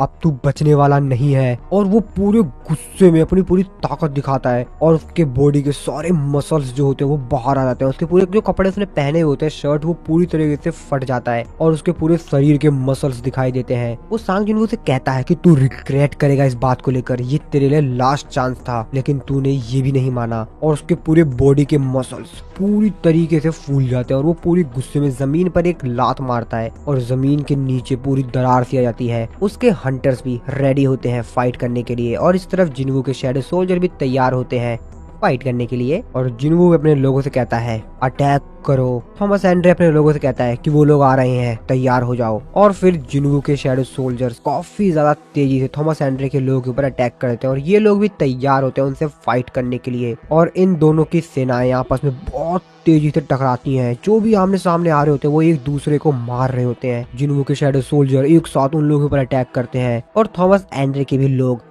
अपनी जान बचाने के लिए और उनसे फाइट करने के लिए अपनी शील्ड का और अपने स्वॉर्ड्स का इस्तेमाल करके उन लोगों को मार रहे होते हैं। और ये फाइट बहुत ज्यादा तगड़ी होती है। थॉमस एंड्रे भी काफी ज्यादा तेजी से जिन्वू की तरफ ही बढ़ रहा होता है और उसके सामने जितने भी जिन्वू के शैडो सोल्जर्स आ रहे होते हैं वो उनको कीड़े मकोड़ों की तरह कुचल कर आगे जा रहा होता है। और तभी उसके सामने जिन्वू का शैडो सोल्जर टस्क आ जाता है जो कि उसको रोकता है। लेकिन थॉमस एंड्रे कहाँ मानने वाला था, वो हंसते हुए काफी ज्यादा तेजी से उसकी तरफ बढ़ता है और उसके आर पार चला जाता है और उसकी तरफ देखते हुए कहता है कि इन लोग की औकात ही नहीं कि मेरे सामने खड़े भी हो पाए। हालांकि टस्क मरा नहीं हुआ होता है क्योंकि वो तो रीजनरेट कर लेगा अपने आप को, लेकिन वो जिस तरीके से टस्क के अंदर से निकल के इस पार आ गया था, ये चीज तो भाई काफी ज्यादा खतरनाक सीन था। थॉमस एंड्रे जमीन पर आता है और उसके सामने होते हैं जिन्वू के काफी सारे शैडो सोल्जर्स जो कि काफी ज्यादा तेजी से थॉमस एंड्रे के लोगों को खत्म कर रहे होते हैं। और उन्हीं के सामने होता है जिन्वू। जिन्वू भी थॉमस एंड्रे को देख लेता है कि लगता है ये लड़ने के लिए आ गया है और थॉमस एंड्रे काफी ज्यादा तेजी से जिन्वू की तरफ बढ़ रहा होता है जिन्वू को मारने के लिए। लेकिन उसके सामने उसके शैडो सोल्जर आ जाता है, लेकिन थॉमस एंड्रे उसको बड़े ही पास आने से एक पंच मारते हुए कहता है कि साइड हट बे, और जिन्वू की तरफ फिर से काफी तेजी से बढ़ने लग जाता है। लेकिन तभी वो नोटिस करता है कि जिन्वू तो वहाँ पर है ही नहीं, वो एकदम से गायब हो गया है। ये चीज देखकर थॉमस एंड्रे अपने मन में सोच रहा होता है कि ये कहाँ गया, और तभी वो अपने साइड में देखता है जिन्वू काफी तेजी से साइड में आ गया होता है, और थॉमस एंड्रे कोई रिएक्ट कर पाता उससे पहले ही जिन्वू उसके ऊपर अपने डैगर से अटैक कर देता है। लेकिन जिन्वू चीज देखकर काफी ज्यादा हैरान हो जाता है कि उसका डैगर तो उसके ऊपर कोई असर ही नहीं दिखा पाया। जिन्वू ने अपने डैगर से उसके ऊपर अटैक किया था, लेकिन उससे तो उसको कोई फर्क ही नहीं पड़ा। ये वही डैगर है दोस्तों जिसकी हेल्प से जिन्वू ने बड़े बड़े मॉन्स्टर के ऊपर अटैक करके उनको निपटा दिया था, लेकिन इसके बॉडी के ऊपर तो उसका कोई असर ही नहीं हुआ। जिन्वू चीज देखकर काफी ज्यादा हैरान होता है। इससे पहले जिन्वू कोई और रिएक्ट कर पाता, थॉमस एंड्रे जिन्वू को एक पंच हिट करता है, जिसकी वजह से जिन्वू काफी दूर जाके गिरता है। थॉमस एंड्रे जिन्वू की तरफ स्माइल देते हुए कहता है कि ऐसा लगता है कि तू तो नेशनल लेवल हंटर से भी लो है। और फिर थॉमस एंड्रे साइक्लोसिस का इस्तेमाल करता है, यानी कि जिन्वू को अपनी पावर का इस्तेमाल करके अपनी तरफ खींच रहा होता है। इस चीज को देखकर जिन्वू अपने मन में सोचता रहता है क्या साइक्लोसिस। थॉमस एंड्रे तो काफी ज्यादा खुश होता है, मुस्कुरा रहा होता है कि वो जिन्वू को अब मानने ही वाला है कि तेरे में और मेरी स्ट्रेंथ में देख ले कितना डिफरेंस है, और अब तो तू गया। लेकिन जिन्वू भी कहाँ हार मानने वाला था। और वैसे भी दोस्तों हम लोगों को तो मालूम ही है ना कि जिन्वू अपने दुश्मन से थोड़ा सा मजे लेता है, और इसीलिए जिन्वू वो भी अपनी पावर का इस्तेमाल करता है। और अब ये चीज देखकर तो थॉमस एंड्रे भी काफी हैरान होता है। वो कहता है क्या कहीं ये प्लानिंग तो नहीं कर रहा है ना कि ये मेरे को इस तरीके से मेरे ऊपर हिट करेगा। नहीं नहीं नहीं नहीं। तो और जिन्वू भी, तो जिन्वू और थॉमस एंड्रे दोनों ही सेम पावर का इस्तेमाल कर रहे होते हैं, यानी कि दोनों के दोनों एक दूसरे को ही अपनी तरफ खींच रहे होते हैं। और थॉमस एंड्रे इस चीज को देखकर काफी ज्यादा हैरान होता है, अपने मन में सोचते हुए कहता है ये बास्टर्ड कहीं ये तो नहीं सोच रहा ना कि ये मेरे को अपनी तरफ खींच कर मेरे ऊपर अटैक करेगा। नहीं नहीं नहीं नहीं, ऐसा नहीं हो पाएगा। और वो इसके आगे कुछ सोच पाता कि तभी जिन्वू काफी तेजी से उसकी तरफ आता है और उसके मुंह पर एक पंच हिट करता है, जिसकी वजह से उसके मुंह से खून आ जाता है और वो काफी ज्यादा दूर जाके गिरता है। थॉमस एंड्रे अपने मन में सोचते कहता है कि मेरा खून निकल रहा है, और वो काफी ज्यादा गुस्से में खड़ा होता है और जमीन पर एक लात मारता है, जिसकी वजह से जमीन के चारों तरफ दरार पड़ जाती है। लेकिन थॉमस एंड्रे अभी भी मुस्कुरा रहा होता है, लेकिन उससे पहले वो कुछ और कर पाता। जिन्वू उसके फिर से काफी ज्यादा क्लोज आता है और उसके ऊपर एक पंच हिट करने जाता है और उससे कहता है कि क्या कहा तुमने अभी कि तुम्हारी और मेरी पावर में बहुत ज्यादा डिफरेंस है। और फिर जिन्वू अपनी स्पीड स्किल का इस्तेमाल कर थॉमस एंड्रे के ऊपर चारों तरफ से अटैक कर रहा होता है, और थॉमस एंड्रे भी परेशान हो जाता है इस अटैक से। वो गुस्से में कहता है कि ठीक है, मेरे को तेरे को अंडर एस्टिमेट नहीं करना चाहिए था, मैंने तेरे को बहुत ज्यादा अंडर एस्टिमेट कर लिया। और फिर वो रीफोर्समेंट का इस्तेमाल करता है। इस तरफ हम लोग सिटी में देखते हैं मिस्टर वाइट भी अपने लोगों के साथ इसी जगह पर आ रहे होते हैं जहाँ पर जिन्वू और थॉमस एंड्रे के बीच फाइट हो रही होती है। उनका साथी उनसे पूछता है कि मिस्टर वाइट वैसे वहाँ पर चल क्या रहा है। मिस्टर वाइट उससे कहते हैं अभी कुछ भी एक्सप्लेन करने का बिल्कुल भी समय नहीं है। जिसपे वो कहता है कि मैं जानता हूँ कि शायद आप मेरे को ऐसा कुछ नहीं बता सकते हैं एक नॉर्मल सिविलियन के तौर पर, लेकिन अगर हम उस जगह पर जा रहे हैं तो मेरे को पता होना चाहिए कि वहाँ पर क्या हो रहा है। हम अपनी जिंदगी को खतरे में डाल रहे हैं। और इस तरफ थॉमस एंड्रे अपने न्यू फॉर्म में आता है, जो कि काफी ज्यादा ही अलग लग रहा होता है। मिस्टर वाइट बताते हैं वहाँ पे 4 इंसान थे जिन्होंने रूलर्स की स्ट्रेंथ को लिया था, और वो शायद उन 5 लोगों में से थे जो कि कैमिश की रेड में सरवाइव कर गए थे। और उनमें से जो 4 थे वो थे नेशनल लेवल हंटर, और हाँ उनमें से एक थॉमस एंड्रे भी था। और इस तरफ हम लोग जिन्वू को देखते हैं जो कि थॉमस एंड्रे का नया फॉर्म देखकर काफी ज्यादा हैरान होता है। उसकी तो आंखें खुली की खुली रह जाती हैं कि आखिरकार अब ये किस रूप में आ गया है। और Thomas Andre full beast form में आ गया होता है, जो कि काफी ज्यादा खतरनाक लग रहा होता है। और वो जिन्वू की तरफ ही काफी ज्यादा तेजी से बढ़ रहा होता है। जिन्वू भी उसकी तरफ अटैक करने के लिए काफी ज्यादा तेजी से बढ़ रहा होता है, लेकिन तभी थॉमस एंड्रे काफी ज्यादा गुस्से में जिन्वू के ऊपर अटैक करता है। इस चीज को जिन्वू देख लेता है कि इसका अटैक इस बार तो काफी ज्यादा अलग है, और वो जिन्वू के ऊपर काफी ज्यादा तेजी से अटैक करता है। और जिस जगह पर वो अटैक करता है उसके चारों तरफ की जो पूरी जमीन होती है उसमें दरार सी आ जाती है, पूरी जमीन ही उखड़ जाती है। वहाँ से चारों तरफ सिर्फ तबाही होती है। और तभी हम देखते हैं कि एक्चुअली जिन्वू इस अटैक से बच गया था, वो वहाँ से जंप मारकर ऊपर आ गया था। और अब ये चीज देखकर, इतनी ज्यादा खतरनाक पावर देखकर तो जिन्वू भी काफी ज्यादा हैरान था। और तभी थॉमस एंड्रे जिन्वू की तरफ देखते हुए कहता है कैप्चर। और थॉमस एंड्रे के जितने भी लोग होते हैं, हंटर्स वगैरह होते हैं, वो लोग चिल्लाते हुए कहते हैं कि मास्टर से दूर हट जाओ, जल्दी हटो वहाँ से। जिन्वू के शैडो सोल्जर भी ऐसा कुछ देखकर काफी ज्यादा हैरान हो रहे होते हैं। और तभी उनके ऊपर बहुत तेजी से अटैक होता है और वो सभी के सभी लोग कहीं पे जाने लग जाते हैं। वहाँ पर कोई गोल सी चीज आ गई थी जिसके अंदर ये सभी के सभी लोग खींचे चले जा रहे थे। अब ये चीज देखकर जिन्वू भी वहाँ पर जो दीवार होती है उसमें थोड़ा सा अपने आप को बचा लेता है ताकि वो उसके अंदर ना जाए। वो अपने मन में सोचते हुए कहता है कि ये कितनी ज्यादा इनक्रेडिबल स्ट्रेंथ है, बहुत ज्यादा ताकत। ऐसा लगता है कि एक ब्लैक होल है, मैं भी इस चीज के अंदर चला जाता अगर मेरे पास रूलर्स अथॉरिटी नहीं होती तो। जिन्वू तो बस इस चीज से सिर्फ बच रहा होता है, लेकिन उसके सारे शैडो सोल्जर्स उसके अंदर कैप्चर होते जा रहे होते हैं। अब जिन्वू भी उन लोगों को देख रहा होता है, वो कुछ भी नहीं कर पा रहा होता है। और फिर यहाँ पर बचते हैं सिर्फ थॉमस एंड्रे और जिन्वू। जिन्वू थॉमस एंड्रे से थोड़ा सा ऊपर होता है, जो कि ये सब कुछ थॉमस एंड्रे को करते हुए देख रहा होता है। थॉमस एंड्रे कहता है इस बार तो मैं नहीं छोड़ूंगा, और जिन्वू सिर्फ ऊपर बैठकर ये सब कुछ देख रहा होता है। वो भी काफी ज्यादा हैरान होता है। थॉमस एंड्रे जिन्वू से कहता है कि तू इस बार नहीं बचेगा। इस तरफ हम बाकी सभी हंटर्स को देखते हैं, जिनकी हालत काफी ज्यादा खराब हो गई होती है, क्योंकि थॉमस एंड्रे के इस अटैक से जिन्वू के शैडो सोल्जर्स, और जिन्वू ही नहीं बाकी सभी लोग भी जो थे वो भी अफेक्ट हो गए थे। और इस वजह से जो हंटर्स सही सलामत थे, वो बाकी हंटर्स जो कि घायल हो गए थे, उन सभी को उस जगह से बाहर निकाल रहे होते हैं। वो हंटर्स कह रहे होते हैं कि जल्द से जल्द मास्टर से दूर हटो। थॉमस एंड्रे जो कि अब तैयार होता है जिन्वू से लड़ने के लिए। दूर खड़े जो बाकी हंटर्स होते हैं वो भी थॉमस एंड्रे को ही देख रहे होते हैं, जो कि बहुत ज्यादा गुस्से में होते, और वो लोग भी समझ गए होते हैं कि अब युद्ध बहुत तगड़ा होगा। और फिर थॉमस एंड्रे देखते ही देखते काफी तेजी से एक बहुत तगड़ा जंप मारता है और सीधा जिन्वू के पास जाता है। लेकिन जिन्वू के पास जाकर वो जिन्वू पर अटैक कर पाता उससे पहले ही जिन्वू उसके सर के ऊपर पैर रख के वहाँ से बहुत ऊंची जंप मारता है और उसके उस अटैक से बच जाता है। जिन्वू आसमान में उड़ता हुआ अपने मन में सोच रहा होता है कि अब तो इससे अच्छे से लड़ना ही पड़ेगा। थॉमस एंड्रे जो कि जिन्वू की तरफ देखते हुए फिर से अपनी पावर का इस्तेमाल करता है और कहता है कैप्चर। और फिर जिन्वू काफी तेजी से थॉमस एंड्रे की तरफ खिंचता चला जा रहा होता है। और फिर जिन्वू भी अपनी स्किल रूलर्स अथॉरिटी को एक्टिवेट करता है और फिर वो भी थॉमस एंड्रे को अपनी तरफ खींचने लग जाता है। और अब ये दोनों ही एक दूसरे को अपनी तरफ काफी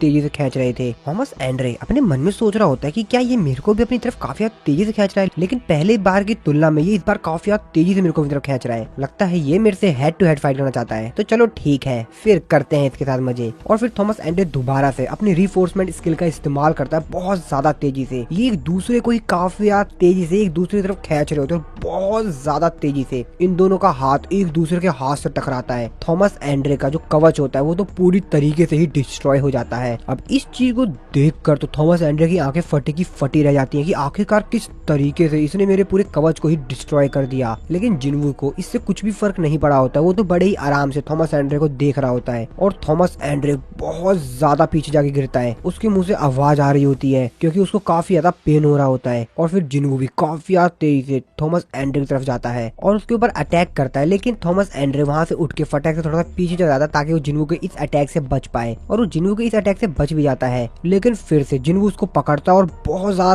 तेजी से उसके मुंह के ऊपर अपने पैर से अटैक करता है ताकि उसने जो सूट पहना हुआ होता है उसको पूरी तरीके से डिस्ट्रॉय किया जा सके। और इस तरफ बाहर का सीन देखते हैं। मिस्टर वाइट अपने साथी के साथ यहाँ पे पहुंचते हैं। वो यहाँ का सीन देखकर उसका साथी कहता है, ओ माय गॉड, ये मैजिकल पावर तो बहुत ज्यादा है। आखिरकार कौन से मॉन्स्टर्स फाइट कर रहे हैं? और ये लोग बस दूर खड़े होकर इस फाइट को देख रहे होते हैं। चारों तरफ बस तबाही तबाही होती है क्योंकि जिन्वू और थॉमस एंड्रे इस तरीके से फाइट कर रहे थे कि आसपास की जितनी भी चीजों से वो टकरा रहे थे वो पूरी तरीके से डिस्ट्रॉय हो जा रही। तभी उनका साथी कहता है, हाँ ये थॉमस एंड्रे ही है। मिस्टर वाइट का साथी मिस्टर वाइट से कहता है कि मिस्टर वाइट अब हमको क्या करना चाहिए? जिसपे मिस्टर वाइट कहते हैं कि ऑफ कोर्स हम लोग को इनको रोकना चाहिए। उनका साथी कहता है, क्या सीरियसली तुम इनको रोक पाओगे? और जब सामने से धूल हटती है तो हम लोग देखते हैं कि असल में जिन्वू थॉमस एंड्रे को इतनी ज्यादा तेजी से पंच हिट कर रहा था उसके मुंह के ऊपर ताकि उसने जो सूट पहना हुआ होता है उसको पूरी तरीके से डिस्ट्रॉय कर सके। और जिन्वू काफी तेजी से बहुत ज्यादा गुस्से में बस थॉमस एंड्रे के ऊपर अटैक करते ही जा रहा था बिना रुके लगातार। थॉमस एंड्रे जो कि कहता है कि आखिरकार किस तरीके से एक मैजिक टाइप का हंटर के पास इतनी ज्यादा स्ट्रेंथ और इतनी ज्यादा स्पीड है। मैं हार जाऊंगा।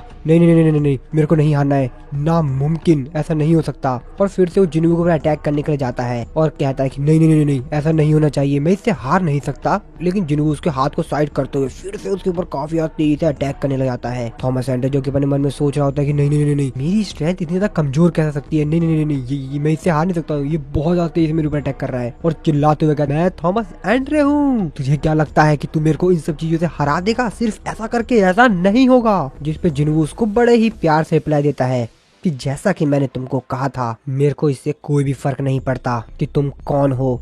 और काफी तेजी से थॉमस एंड्रे के ऊपर अभी भी लगातार अटैक कर रहा होता है। हालांकि मिस्टर वाइट जिन्वू के ऊपर चिल्लाते हुए कहते हैं कि हंटर सांग जिन्वू, बस बहुत हुआ, रुक जाइए, प्लीज प्लीज रुक जाइए। जिन्वू भी उसकी आवाज सुन लेता है और फिर जिन्वू अपना आखिरी पंच मारता है जिससे कि थॉमस एंड्रे के फेस के ऊपर जो कवच लगा हुआ होता है वो पूरी तरीके से डिस्ट्रॉय हो जाता है। और थॉमस एंड्रे इस चीज को देखकर समझ जाता है कि वो हार गया है और वो कहता है कि मैं हार मानता हूँ। और जिन्वू उसके फेस के ऊपर अपना आखिरी पंच मार के उसके फेस का शकल बिगाड़ देता है। उससे पहले ही उसकी बात सुनकर जिन्वू रुक जाता है। थॉमस एंड्रे कहता है कि हाँ, मैं हार मानता हूँ, मैं हार गया। और फिर जिन्वू भी रुक जाता है। अब इस चीज को देखकर मिस्टर वाइट, बाकी सभी लोग काफी ज्यादा हैरान होते हैं। उनकी आंख, मुंह, कान जो कुछ भी भाई सब कुछ उनकी खुली खुली रहती है। उनके शरीर से पसीने टपक रहे होते हैं कि आखिरकार किस तरीके से इसने थॉमस एंड्रे को हरा दिया। और इस समय थॉमस एंड्रे अपने सबसे ज्यादा मोस्ट पावरफुल फॉर्म में थे और इस स्टेट में थॉमस एंड्रे को हरा पाना नामुमकिन है। आखिरकार इसने कैसे कर दिया ये। वो अपने मन में सोच रहे होते हैं कि आखिरकार इस दुनिया में कितने ऐसे हंटर्स हैं जो कि इनके साथ ऐसा कर सकते हैं। आखिरकार ऐसा कोई हंटर है भी। और अगर ये बात लोगों को पता लग गई तो लोग काफी ज्यादा क्रेजी हो जाएंगे। और फिर मिस्टर व्हाइट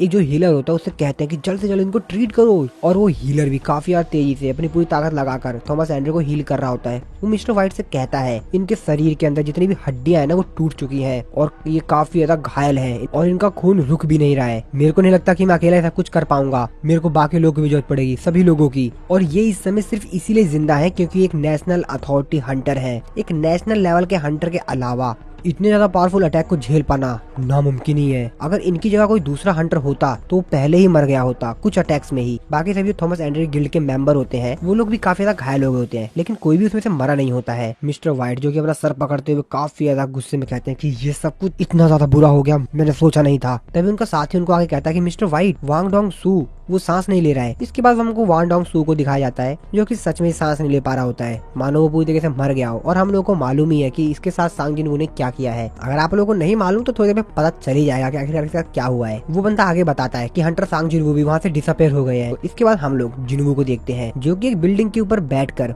पूरे शहर का नजारा देख रहा होता है। तो एक्चुअल में जिनवू ने यहाँ पर बेरू के साथ शैडो एक्सचेंज स्किल का इस्तेमाल करके अपनी पोजीशन को स्वैप्ड कर लिया था, यानी कि अब इस समय जिनवू कोरिया में है और यूएस में इस समय बेरू पहुंच गया है। और इस तरफ जो बेरू होता है वो अमेरिका के अंदर अपनी एबिलिटीज का इस्तेमाल कर कर योजिन को हील कर रहा होता है और वो अपनी पूरी कोशिश कर रहा होता है कि वो योजिन को ठीक कर पाए। और इस तरफ हम लोग जिनवू को देखते हैं जिसने की अपना एक नया शैडो सोल्जर बना लिया होता है। और वो नया शैडो सोल्जर जिनवू से कहता है कि माई किंग, जिसपे जिनवू से कहता है कि हाँ क्या हुआ, जिसपे वो शैडो सोल्जर कहता है आप मेरे को कोई नाम दे दीजिए। जिसपे जिनवू से कहता है इसका नाम, वैसे तुम काफी ज्यादा ग्रिडी हो तो ग्रिडी कैसा नाम रहेगा, वैसे तुम इस समय सोच क्या रहे हो, वांग डोंग सू।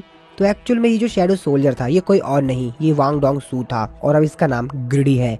तो जिनवू को शैडो सोल्जर ग्रिडी जिनवू से कहता है कि थैंक यू माई किंग, जिसपे जिनवू कहता है हाँ ठीक है ठीक है ठीक है और अब दोबारा से फ्लोर की तरफ मुंह करके लेट जाओ। तो जिनवू यहाँ पर उसको थोड़ी सी पनिशमेंट दे रहा था क्योंकि वांग डोंग सू को तो वो पनिशमेंट दे नहीं पाया क्योंकि वो जिनवू के थोड़ी सी अटैक में मर गया और इसीलिए जिनवू इस शैडो सोल्जर को थोड़ा सा परेशान कर रहा है, इससे मजे ले रहा है। सिर्फ इंटरनेशनल गिल्ड कॉन्फ्रेंस में अगले दिन का सीन दिखाया जाता है जहाँ पर जिनवू दोबारा से यूएस में आ गया था क्योंकि जैसे कि जिनवू के 3 घंटे पूरे हो चुके होंगे तो इसलिए जिनवू ने फिर से बेरू के साथ अपनी जो पोजीशन है वो स्वैप कर ली होगी। जिनवू चेयरमैन से कहता है कि यहाँ पर काफी सारे रिपोर्टर्स हैं, जिसपे चेयरमैन जिनवू से कहता है ऐसा लगता है कि आपकी कल की फाइट के बारे में इन लोगों को पता चल गया है क्योंकि मेरे को काफी ज्यादा चिंता हो रही है। आज तुम लोगों का अटेंशन अपनी तरफ लाने से रोक नहीं पाओगे, हर कोई तुम्हारी ही चर्चा कर रहा है, तुम्हें ही हर कोई जानना चाहता है। लेकिन वो अपने मन में तो कुछ और ही सोच रहे होते हैं। वो अपने मन में सोच रहे होते हैं कि ओ तो जिसने पूरे स्कैवेंजर गिल्ड को हिला के रख दिया उन सबके पीछे ये इंसान है। इसके बाद वो आगे जिनको बताते हैं कि बाकी सभी जो इन्फॉर्मेशन है हमको वहाँ से मिल गई है और वांग डोंग सू ने जो भी कारनामा किया था उन सबके इन्फॉर्मेशन जो है वो हंटर ब्यूरो को ऑफिशियली तौर पर पता चल जाएगी और वो इंसिडेंट के बारे में जो कुछ भी वहाँ पर हुआ था सब कुछ पता लगा लेंगे। जिनवू जो कि अपने मन में सोच रहा होता है कि मेरे को इंसिडेंट के बारे में अब ज्यादा कुछ नहीं सोचना चाहिए और मैं अमेरिका सिर्फ एक ही रीजन से आया था और जैसे ही मेरे को उस चीज के बारे में पता चल जाएगा जो कि मैं यहाँ पर जानने के लिए आया था तो मेरा काम हो जाएगा। जिसके बाद चेयरमैन जिनवू को ईयरबड देते हुए कहते हैं कि ये रखो, इस ईयरबड के थ्रू हम हर चीज तुमको ट्रांसलेट करके बता देंगे जो कुछ भी वहाँ पर बताया जा रहा होगा। इसके बाद जिनवू भी उस रूम में एंट्री लेता है जहाँ पर दुनिया भर के बहुत सारे गिल्ड के हंटर्स आए हुए थे और सभी लोग सिर्फ जिनवू को ही देख रहे होते हैं और उसी में होता है चाइना का 7 स्टार का हंटर और इस समय सभी की नजर होती है जिनवू पर। सभी लोग यहाँ पर आपस में बात कर रहे होते हैं। वो लोग बात कर रहे होते हैं अरे ये तो वही एशियन का हंटर है ना जिसने कल थॉमस एंड्रे को हराया था और उसको तब तक पीटता रहा था जब तक कि वो मरने जैसी हालात में नहीं आ गया था। और दूसरी तरफ जो टोक्यो में गेट ओपन हुआ था उसमें भी इसने काफी ज्यादा मदद की थी उन लोगों की ना। इसने थॉमस एंड्रे के कवच को पूरी तरीके से डिस्ट्रॉय कर दिया और ये इस तरीके से यहाँ पर आया है जैसे कि बाकी हंटरों का किंग है। मैं तो विश्वास ही नहीं कर पा रहा हूँ। और जिनवू बड़े ही आराम से वहाँ पर आके बैठ जाता है। बाकी सभी जो लोग होते हैं वो सिर्फ जिनवू को ही देख रहे होते हैं। सभी लोग यहाँ पर जितने भी लोग होते हैं वो हर कोई सिर्फ जिनवू को ही देख रहा होता है। और तभी यहाँ पर एक डॉक्टर एंट्री लेते हैं और उन सभी लोगों को बताते हैं कि हेलो मैं हूँ डॉक्टर बेल्जर। मुझे आशा है कि आप सभी लोग इस चीज के बारे में जानते होंगे कि रिसेंटली जो अभी काफी सारे गेट्स ओपन हो रहे हैं और उनके अंदर से काफी सारे ताकतवर मॉन्स्टर्स अपीयर हो रहे हैं। लेकिन मेरे को इतना मालूम है कि आप में से बहुत कम ही लोग होंगे जो कि ये जानते होंगे कि ये जो अनयूजुअल एक्टिविटी हो रही है जो कि एटमॉस्फेयर के ऊपर काफी ज्यादा तेजी से बढ़ रही है। लेकिन मैं इस मैजिकल एनर्जी को एक दूसरा ही नाम देना चाहूंगा क्योंकि ये बाकी एनर्जीज के मुकाबले में बहुत ज्यादा डिफरेंट है। और जब तक हम लोगों को इसका एक बेहतर नाम नहीं मिल जाता है कि आखिरकार हम इस एनर्जी को क्या कहें, तब तक के लिए मैं इस एनर्जी को मैगीस्फेयर कहूंगा। इसके बाद वो इन सभी लोगों को एक मैप दिखाते हुए कहते हैं कि वर्ल्ड में इस जगहों पर ये एनर्जी बहुत ही ज्यादा तेजी से निकल रही है और ये इस समय काफी सारी कंट्रीज के आसमान में है। और हमने इस फेनोमेना को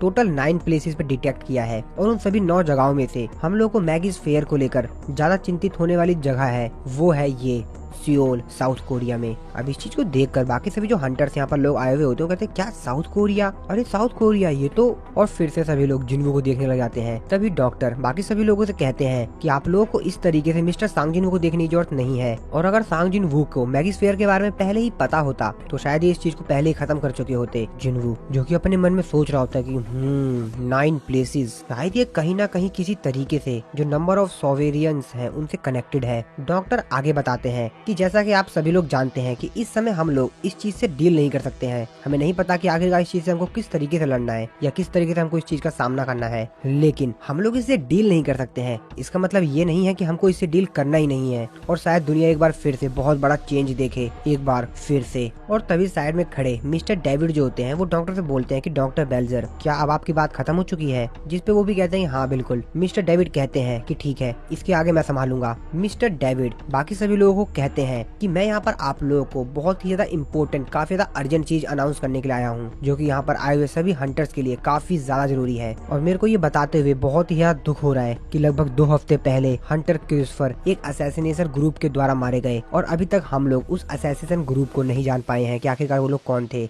अब ये बात सुनते ही यहाँ पर हड़बड़ी सी मच जाती है। बाकी सभी जो लोग होते हैं आपस में बात करने लगते हैं, कहते हैं क्या नेशनल लेवल हंटर क्रिस्टोफर को असैसिनेट कर दिया गया है? क्या ये किसी प्रकार का जोक है? अरे नहीं, ऐसा तो सिर्फ वही कर सकता है जिसके पास उतनी ही ज्यादा ताकत हो। कहीं ऐसा करने वाला वही बंदा तो नहीं है ना जो कल थॉमस एंड्रे से लड़ा था। और फिर से सभी लोग सांग जिन्वू को देखने लग जाते हैं। अब जिन्वू भी इस चीज को नोटिस कर लेता है लेकिन वो कुछ भी यहाँ पर मूवमेंट नहीं करता है। वो बस आराम से अपने दिमाग में मिस्टर क्रिस्टोफर के बारे में ही सोच रहा होता है। मिस्टर डेविड आगे बताते हैं कि मिस्टर क्रिस्टोफर की ये वाली न्यूज हम कल ऑफिशियली सभी लोगों को बता देंगे और मैं आप सभी लोगों से अनुरोध करता हूँ कि आप सभी लोग बिना किसी मिसअंडरस्टैंडिंग के मेरी बात ध्यान से सुनिए। और इस क्राइम के पीछे हम लोग को एक इंसान के ऊपर शक है और वो है सस्पेक्ट एस। अब इस चीज को देखकर जिन्वू थोड़ा सा हैरान होता है लेकिन वो अपने फेस का एक्सप्रेशन बिल्कुल भी चेंज नहीं करता है। लेकिन वो भी समझ गया होता है कि यहाँ पर किसकी बात हो रही है। तो एक्चुअल में यहाँ पर जिन्वू के फादर की बात हो रही होती है जिसको कि मिस्टर डेविड अभी के लिए यहाँ पर सस्पेक्ट एस कह रहे हैं। यहाँ पर आए हुए जो हंटर होते हैं वो अपने मन में काफी सारी चीजें सोच रहे होते हैं। तो उनमें से जो हंटर होता है अपने मन में सोच रहा था तो वो सांग जिन्वू नहीं है जो कि कल थॉमस एंड्रे से लड़ा था। तभी दूसरा हंटर अपने मन में सोच रहा था लेकिन इसकी शक्ल तो एशियन इंसानों जैसी लग रही है और इसकी शक्ल को देखकर कुछ ऐसा सा लग रहा है कि यहाँ पर बैठा हुआ एक इंसान जो कि इसी की तरह लग रहा है। और ये जो दोनों हंटर होते हैं जो कि मन में ऐसा कुछ सोच रहे होते हैं जिन्वू के जस्ट आगे ही बैठे होते हैं। वो अपने मन में सोच रहे होते हैं नहीं, पीछे मुड़ के नहीं देखना है। और वो जिन्वू के ऊपर पूरे शक तो कर रहे होते हैं लेकिन उनकी इतनी औकात ही नहीं होती है कि वो पीछे मुड़कर जिन्वू के ऊपर शक भी कर सके या उसको देख भी सके। और इसीलिए उनकी काफी ज्यादा हालत खराब हो रही होती है। वो सोच रहे थे कि जिन्वू से रिलेटेड तो होगा लेकिन फिर भी वो पीछे नहीं देख पा रहे होते हैं। अपने मन में बस यही सोच रहे होते हैं कि नहीं, पीछे नहीं देखना है। और वैसे भी जितने भी एशियन लोग हैं वो सभी के सभी एक जैसे तो लगेंगे ना। जिन्वू जो कि काफी ज्यादा गुस्से में होता है वो अपना दांत दबाते हुए कहता है क्यों, आखिरकार मेरे फादर ही क्यों? जिन्वू अपने मन में सोच रहा होता है कि जो डंजन होता है वो रूलर्स की टेरिटरी होती है जहाँ पे रूलर्स राज करते हैं। और जिन्वू को कैमिस की वो बात याद आती है जहाँ पर कैमिस ने उसको बताया था कि माई किंग वहाँ पर 4 इंसान थे जिन्होंने की रूलर्स की स्ट्रेंथ को लिया था, आप उनसे सावधान रहिएगा। जिन्वू कहता है मैं नहीं जानता कि आखिरकार क्यों रूलर्स ने एक मॉन्स्टर को भेजा मेरे फादर के रूप में। शायद यहाँ पर जो केमिस्ट कह रहा था क्या वो सही था? मिस्टर डेविड आगे बताते हैं कि हम लोगों को ये इंसान यूएस के एक गेट में मिला था जिसको कि शुरुआत में एक मॉन्स्टर के तौर पर माना गया लेकिन ये इंसानों की भाषा बोल सकता था और इसीलिए हमने एस रैंक के हंटर वांग डोंग सू से रिक्वेस्ट की थी जो कि कोरियन बोलते थे कि कि इस चीज में वो हमारी मदद करे, लेकिन वहाँ पर कुछ बात बन पाती उससे पहले ही उसने मिस्टर वांग डोंग सू के ऊपर अटैक करके वो वहाँ से भाग गया और हंटर एसोसिएशन हेडक्वार्टर भी कुछ नहीं कर पाया। वो इस तरीके से वहाँ से गायब हो गया मानो कोई परछाई की तरह। और जो कल्प्रिट है वो बहुत ज्यादा पावरफुल था, उसने मिस्टर वांग डोंग सू को हरा दिया जो कि स्कैवेंजर गिल्ड में एक मेन फोर्स के मेंबर थे। और इस तरीके का स्ट्रॉन्ग ह्यूमनॉइड मॉन्स्टर जो कि डंजन से भाग गया, हो सकता है कि इसी ने मिस्टर क्रिस्पर के ऊपर अटैक किया हो। और यही सब बातें मेरे को आज आप लोगों को बतानी थी। अब ये बातें सुनकर जिन्हों भी काफी ज्यादा हैरान होता है। जिन्हों यहाँ पर कुछ बातें याद कर रहा होता है जो कि अभी मिस्टर डेविड ने बताई थी। वो कहता है उन्होंने वांग डोंग सू से बात की थी, तो जिन्हों वही बात याद कर रहा होता है जो कि उसके फादर ने वांग डोंग सू को पीटते समय कही थी उससे कि साउथ कोरिया में कदम मत रखना। मैं ये अपने बेटे के लिए नहीं कह रहा हूँ बल्कि तुम्हारे लिए कह रहा हूँ, और अगर तुमने कुछ ऐसा किया तो तुम पूरी जिंदगी भर आराम नहीं कर पाओगे, मरने के बाद भी नहीं। अब ये बात याद करते हुए जिन्हों कहता है मरने के बाद भी आराम नहीं कर पाओगे। और फिर तभी उसको ग्रिड की याद आती है कि एक्चुअल में वांग डोंग सू मरने के बाद भी अब जिन्हों का शैडो सोल्जर है वो बेचारा अभी भी आराम नहीं कर पा रहा है। जिन्हों अपने मन में सोचते हुए कहता है कि यहाँ पर मेरे को कोई भी डाउट नहीं है कि वो इंसान मेरे फादर ही थे, लेकिन और तभी मिस्टर डेविड आगे इन लोगों को बताते हैं हम दुनिया के बाकी सभी जो गिल्ड हैं उन सभी से रिक्वेस्ट कर रहे हैं कि आप लोग भी सस्पेक्ट एस को ढूंढने में हमारी मदद कीजिए, और अगर आप लोगों को उसके बारे में कुछ भी जानकारी मिलती है तो आप लोग हमको जल्द से जल्द कांटेक्ट करिएगा। इसके बाद यहाँ पर जो हंटर्स आए हुए होते हैं वो अपने कुछ सवाल पूछते हैं मिस्टर डेविड से। तो उनमें से एक हंटर कहता है कि क्या आपके पास कोई ऐसा प्रूफ है कि सस्पेक्ट एस एक इंसान नहीं है। मिस्टर डेविड कहते हैं उसके अंदर से जो मैजिकल पावर निकल रही थी वो पूरी तरीके से एक मॉन्स्टर से मैच कर रही है। Next question. तभी दूसरा हंटर कहता है कि आपने बताया कि वो कह रहा था कि वो एक इंसान है जो कि काफी समय पहले डंजन में खो गया था, वैसे क्या उसने जो बताया था उस प्रकार का कोई हंटर रियली में एग्जिस्ट करता भी है? जिसपे बताता है कि हाँ एक इंसान तो था। नेक्स्ट। और तभी एक हंटर कहता है तो आप उसकी आइडेंटिटी को छुपा क्यों रहे हैं अगर वो एक हंटर था तो? जिसपे मिस्टर डेविड कहते हैं यहाँ पर इस समय एक हंटर है जिससे कि उस हंटर का कुछ रिलेशन है, और इसीलिए हम लोगों ने डिसाइड किया है कि हम इस इन्फॉर्मेशन को रिवील नहीं करेंगे कि आखिरकार वो कौन था।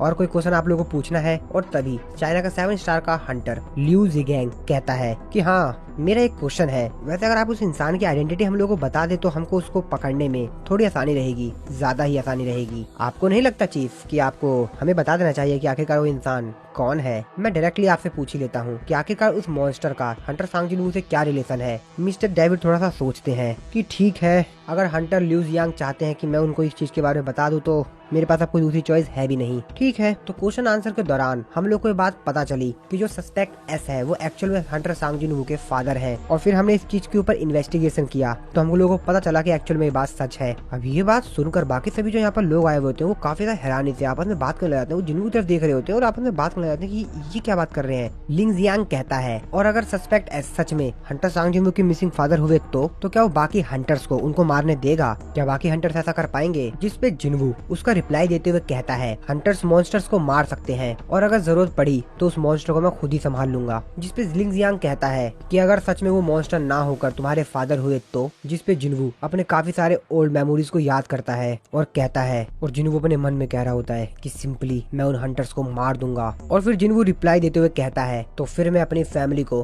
प्रोटेक्ट करूंगा, चाहे मेरे को इस दुनिया के हर एक हंटर से दुश्मनी ही क्यों ना करना पड़े, मैं अपनी फैमिली को प्रोटेक्ट करूंगा। और फिर कॉन्फ्रेंस एंड हो जाता है, सभी लोग यहाँ से जाने लगते हैं। मिस्टर वाइट जो कि जिनवू से कह रहे होते हैं कि वैसे अभी आपने जो थोड़े समय पहले किया था क्या आप सही में ऐसा कुछ करने वाले हैं क्या? जिस पे जिनवू कहता है हाँ बिल्कुल। मिस्टर वाइट जिनवू से हंसते हुए कहते हैं वैसे 120 अलग अलग कंट्री के 500 हंटर के सामने इतनी बड़ी बात कहना ऐसा सिर्फ 2 हंटर्स कर सकते हैं, एक आप जो कि इतनी ज्यादा हिम्मत दिखा सकते हैं जो कि कुछ ऐसी बात कह सके। जिसपे जिनवू कहता है वैसे दूसरा कौन है? मिस्टर वाइट हंसते हुए कहते हैं अरे दूसरा इस समय हॉस्पिटल में है। और जिनवू को भी याद आ जाता है कि एक्चुअल में यहाँ पर किसकी बात कर रहा है, तो एक्चुअल में यहाँ पर थॉमस एंड्रे की बात कर रहे होते हैं ये। और फिर जन वहाँ से जाने लगता है। तभी मिस्टर वाइट उससे कहते हैं वैसे हंटर एसोसिएशन ने यहाँ पर एक बहुत बड़ी पार्टी ऑर्गेनाइज की है, तो अगर आप ज्यादा बिजी नहीं है तो शायद आप यहाँ पर रुक सकते हैं क्योंकि आपको बाकी हंटर से मिलने का मौका मिलेगा। और तभी यहाँ पर लिंग जियांग आता है जिनवू के पास। बाकी सभी जो यहाँ पर लोग होते हैं हंटर होते हैं वो तो बस यहाँ पर लिंग जियांग को ही देख रहे होते हैं कि ये क्या कारनामा करने वाला है। और तभी लिंग जियांग जिनवू के पास आता है और वो चाइनीज में बोल रहा होता है। जिनवू अपने मन में सोच रहा होता है कि वैसे क्या बोल रहा है, क्योंकि जिनवू को तो चाइनीज आती नहीं है तो उसको कुछ समझ नहीं आ रहा होता है, क्योंकि एक्चुअली जिनवू को चाइनीज तो आती नहीं है तो उसको तो कुछ पता नहीं चल रहा होता कि आखिर बोल क्या रहा है। तभी मिस्टर वाइट जिनवू से कहते हैं कि ये कह रहा है कि इसने उस जायंट मॉन्स्टर को पकड़ लिया था और खत्म भी कर दिया जो कि तुम्हारे हाथ से छूट गया था। और फिर जिनवू मिस्टर वाइट से कहता है अच्छा ये बात है, वैसे क्या आपको चाइनीज बोलने आती है? जिसमें मिस्टर वाइट कहते हैं अरे बिल्कुल, मैं एशियन ब्रांच का इंचार्ज हूँ तो मेरे को एशियन की जितनी भी लैंग्वेज है वो आराम से बोलने आती है, बताइए क्या बोलना है? तो जिनवू भी कहता है हाँ ठीक है, तो मेरी सारी बातों को ट्रांसलेट कीजिए। और फिर मिस्टर व्हाइट यहाँ पर एक ट्रांसलेटर के तौर पर इन दोनों की बात एक दूसरे को बता रहे होते हैं। मिस्टर व्हाइट कहते हैं कि लिंग जुआंग इस समय कह रहा है ये काफी ज्यादा हैरान थे, इतना बड़ा ताकतवर मॉन्स्टर जिसकी इन्होंने भी उम्मीद नहीं की थी, इनकी उम्मीद से भी ज्यादा ताकतवर मॉन्स्टर जिसको हरा पाना बहुत ही ज्यादा मुश्किल था, और ये पूरी लड़ाई पाने के ऊपर हुई। ये कह रहे हैं कि तब से ये आपसे मिलने के लिए काफी ज्यादा उत्सुक थे, काफी ज्यादा क्यूरियस थे कि आखिरकार किस प्रकार का हंटर है जिसने की इतने ज्यादा ताकतवर मॉन्स्टर को बड़े ही आसानी से हरा दिया। और फिर लिंग जियांग जिन्हों की तरफ दोस्ती का हाथ बढ़ाता है। मिस्टर व्हाइट कहते हैं कि ये बोल रहे हैं ये काफी ज्यादा खुश है कि तुमने थॉमस एंड्रे को उसकी असली जगह पे पहुंचा दिया। ये कह रहे हैं कि इसको कोई भी डाउट नहीं है कि थॉमस एंड्रे जो भी कर रहा था वो गलत था। अब इस चीज को देखकर जिन्हों भी काफी ज्यादा हैरान होता है, वो अपने मन में सोच रहा होता है कि फर्स्ट इंप्रेशन में तो मेरे को ये लगा कि यार बड़ा सनकी इंसान है, पता नहीं क्या है ये बंदा, पर यार ये तो अच्छा बंदा लग रहा है। ये तो काफी इंटरेस्टिंग इंसान है। और फिर जिन्हों भी दोस्ती का की तरफ बढ़ाता है और फिर लिंग जियांग कुछ और कहता है और फिर वो वहाँ से चला जाता है। अब इस चीज को सुनकर मिस्टर व्हाइट भी थोड़ा सा हैरान होते हैं। जिन्हों उनसे बोलता है कि ये क्या कह के गया है। मिस्टर व्हाइट उसको बताते हैं इसने कहा है कि ये आशा करता है कि सस्पेक्ट एक्स तुम्हारी फैमिली का मेंबर ना हो, और उसने कहा है वो कभी भी आपके साथ फाइट नहीं करना चाहेगा,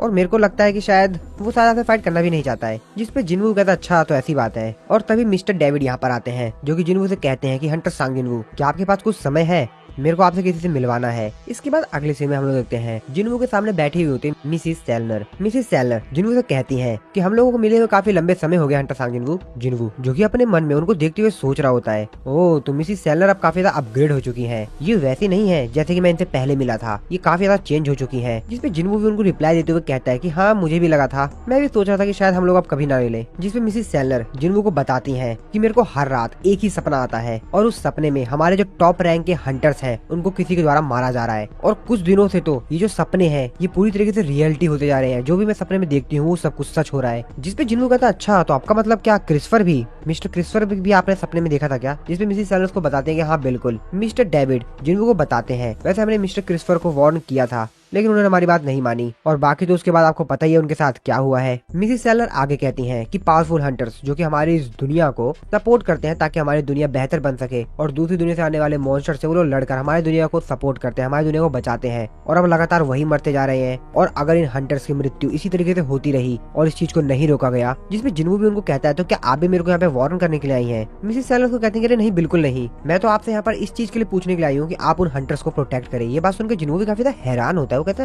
है मिसिस सेलनर आगे बताती हैं कि मेरे सपने में जिन हंटर्स को मारा जा रहा होता है मैं उनके फेसेस को, उनके चेहरे को याद करने की कोशिश करती हूँ लेकिन उससे कोई भी फायदा नहीं होता, और सपनों के अंदर ही मैं उनकी आइडेंटिटी को पहचानने की कोशिश करूंगी अपनी एबिलिटी का इस्तेमाल कर।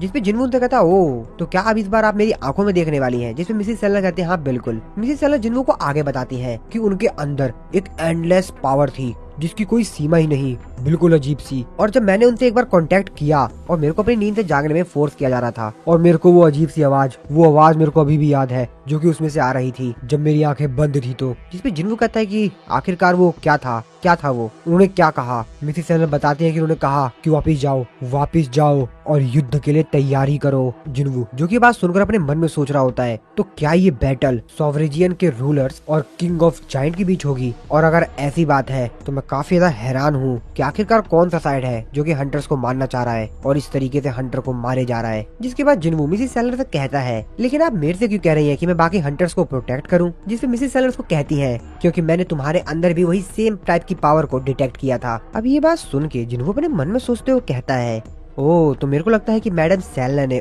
उस दिन मेरे अंदर शैडो सॉवरेजन की पावर देख लिया था, और अगर इन लोगों ने अपने ड्रीम्स के अंदर हंटर से जो पावर आ रही थी वो सेम ही पावर थी तो जरूर वो लोग सॉवरेजियन ही होंगे। मिस्टर डेविड जिन्हों से कहते हैं कि कोई तो ऐसी चीज है जो कि हंटर से भी ऊपर है और इसीलिए हमें तुम्हारी इमेंस पावर की जरूरत है ताकि हम लोग इस चीज को रोक सके। और अगर मैं आपसे एकदम सच बताऊं, हम लोग पूरी तरीके से कन्विंस नहीं थे कि सिर्फ आप ही हैं जो कि हमको इस चीज से बचा सकते हैं, लेकिन हम लोगों ने अपना माइंड चेंज कर लिया जब हम लोगों ने कल तुम्हारे और थॉमस एंड्रे के बीच में लड़ाई देखी। ऑफ कोर्स हम आपसे एक्सपेक्ट नहीं कर सकते कि आप बिना कंपनसेशन के हमारी मदद करेंगे, तो मैं आपको अपने हेल्प के बदले कुछ भी देने के लिए तैयार हूँ, यहाँ तक कि उस बेहतरीन खजाने को जो कि कैमिस छोड़ के गया है, द र्यून स्टोन। इस दुनिया में हंटर्स ही हैं जिनको की काफी ज्यादा स्पेशल पावरफुल ब्लेसिंग मिली है, और वही लोग अपनी पावर का इस्तेमाल करके इस दुनिया को बचाते हैं। और अगर वो लोग ही डिसअपेयर हो जाएंगे तो ये दुनिया तो बचेगी ही नहीं ना। अब ये बात सुन के जिन्हू भी थोड़ा सा हैरान होता है, उसके मुंह से कुछ शब्द नहीं निकल पा रहे होते हैं मिस्टर डेविड की ये बात सुनकर। और तभी जिन्हू कहता है कि आई एम सॉरी, जिसमें मिस्टर डेविड जिन्हू से काफी हैरानी से कहते हैं कि अगर आप ऐसा इसलिए कह रहे हैं क्योंकि कल थॉमस एंड्रे और आपके बीच में कुछ फाइट हो गई थी, तो जिसपे वो आगे कुछ कह पाते, तभी जिन्हू उनको बीच में रोकते हुए कहता है कि नहीं वो बात नहीं है। और फिर जिन्हू वहाँ से जाने के लिए तैयार हो जाता है। वो खड़े होते हुए कहता है कि ठीक है।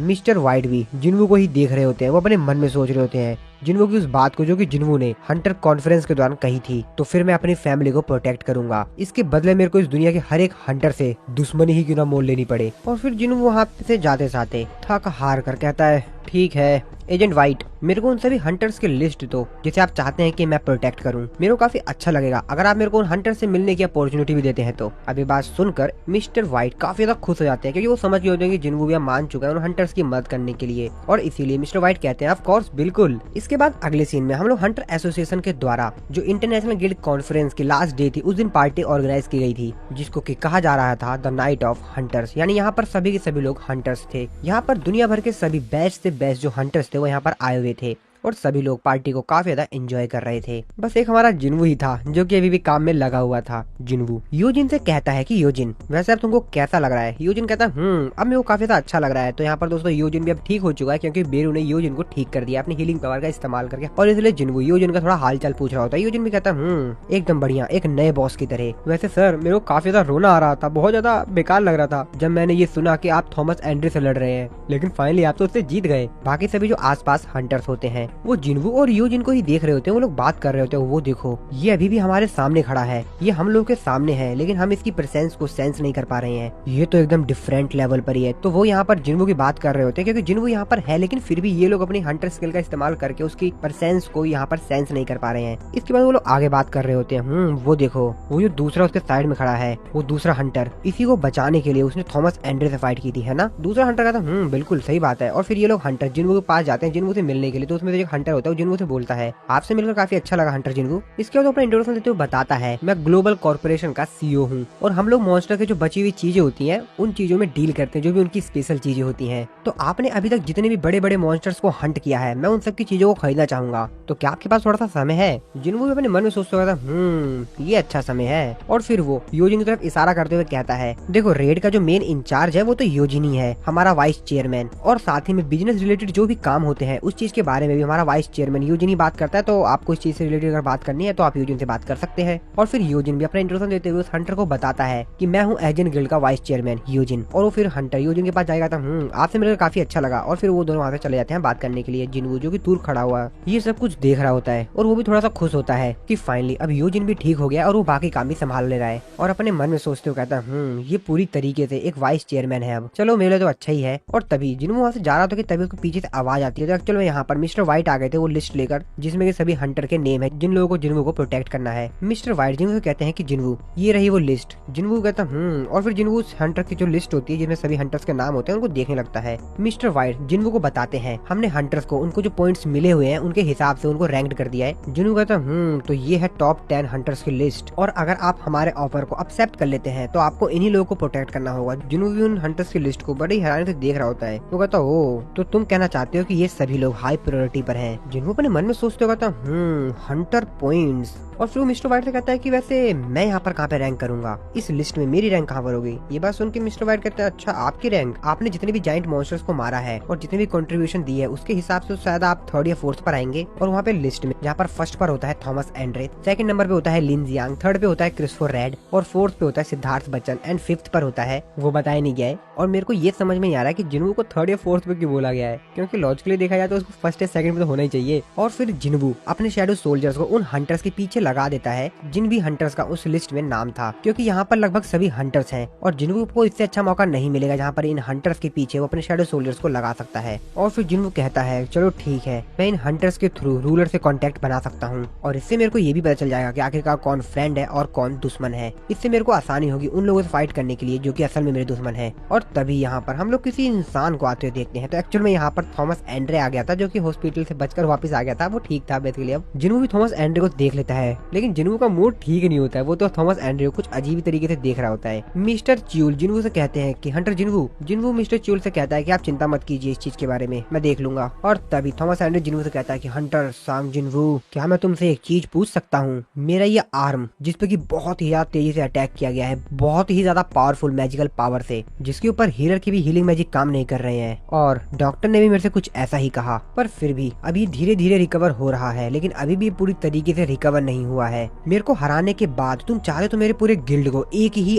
अटैक में कम्प्लीटली खत्म कर सकते थे, लेकिन फिर भी तुमने ऐसा नहीं किया। मेरे गिल्ड का एक मेंबर भी नहीं मारा गया। तो क्या मैं तुमसे ये पूछ सकता हूँ कि आखिरकार तुमने हमको जिंदा क्यों छोड़ा? अब ये बात सुन के जिन्हू की तरफ पड़े ही हैरानी से देख रहा होता है। जिन्हू थोड़ा सा सोचता है और उससे कहता है, क्योंकि एक बेवकूफ की वजह से तुम लोग मौत डिजर्व नहीं करते थे, वो तो वांग डोंग सू की बेवकूफी की वजह से तुम लड़ने आए। और ये बात सुन के थॉमस एंड्रे वहाँ से जाने लगता है। वो जिन्हू से कहता है कि ठीक है, वैसे मिस्टर वांग डोंग सू का बहुत ही बड़ा फ्यूनरल करवाने की सोच रहा हूँ। मैं जानता हूँ कि वो बेवकूफ तो मौत ही डिजर्व करता है, लेकिन उसका फ्यूनरल भी अच्छे से होना चाहिए। और हाँ, वैसे जब मेरा आर्म ठीक हो जाएगा तो हम लोग खाने पे चलेंगे बाहर। वैसे तुम मेरे मैनेजर को अपने कॉन्टेक्ट इन्फॉर्मेशन दे सकते हो, मैं तुमसे बाद में कॉन्टेक्ट कर लूंगा। और फिर थॉमस एंड्रे की जो मैनेजर होती है लॉयरा, वो जिन्हू से कहती है कि मेरे मास्टर बस आपसे थैंक्स करना चाह रहे थे, क्योंकि आपने उनके गिल्ड के मेंबर को हानि नहीं पहुंचाई। इससे कोई भी फर्क नहीं पड़ता कि ये कैसे दिखते हैं, असल में काफी ज्यादा अच्छे और शाई पर्सन है। और फिर वो जिन्हू से कहती है कि हंटर सान जिन्हू, क्या आप मेरे को अपना कॉन्टेक्ट इन्फॉर्मेशन दे सकते हैं? मेरे मास्टर आपको कुछ गिफ्ट देना चाहते हैं, और आप मेरे को कुछ और भी बता सकते हैं अगर आपको कुछ और भी चाहिए तो। जिसपे जिन्हू कहता है नहीं नहीं थैंक यू कोई दिक्कत नहीं है। लॉयरा आगे कहती है कि मेरे मास्टर काफी ज्यादा कॉम्पिटेटिव है, तो अगर आपको कुछ चाहिए होगा तो प्लीज आप मेरे को जरूर बताइएगा। जिन्हू अपने मन में सोचते कहता अच्छा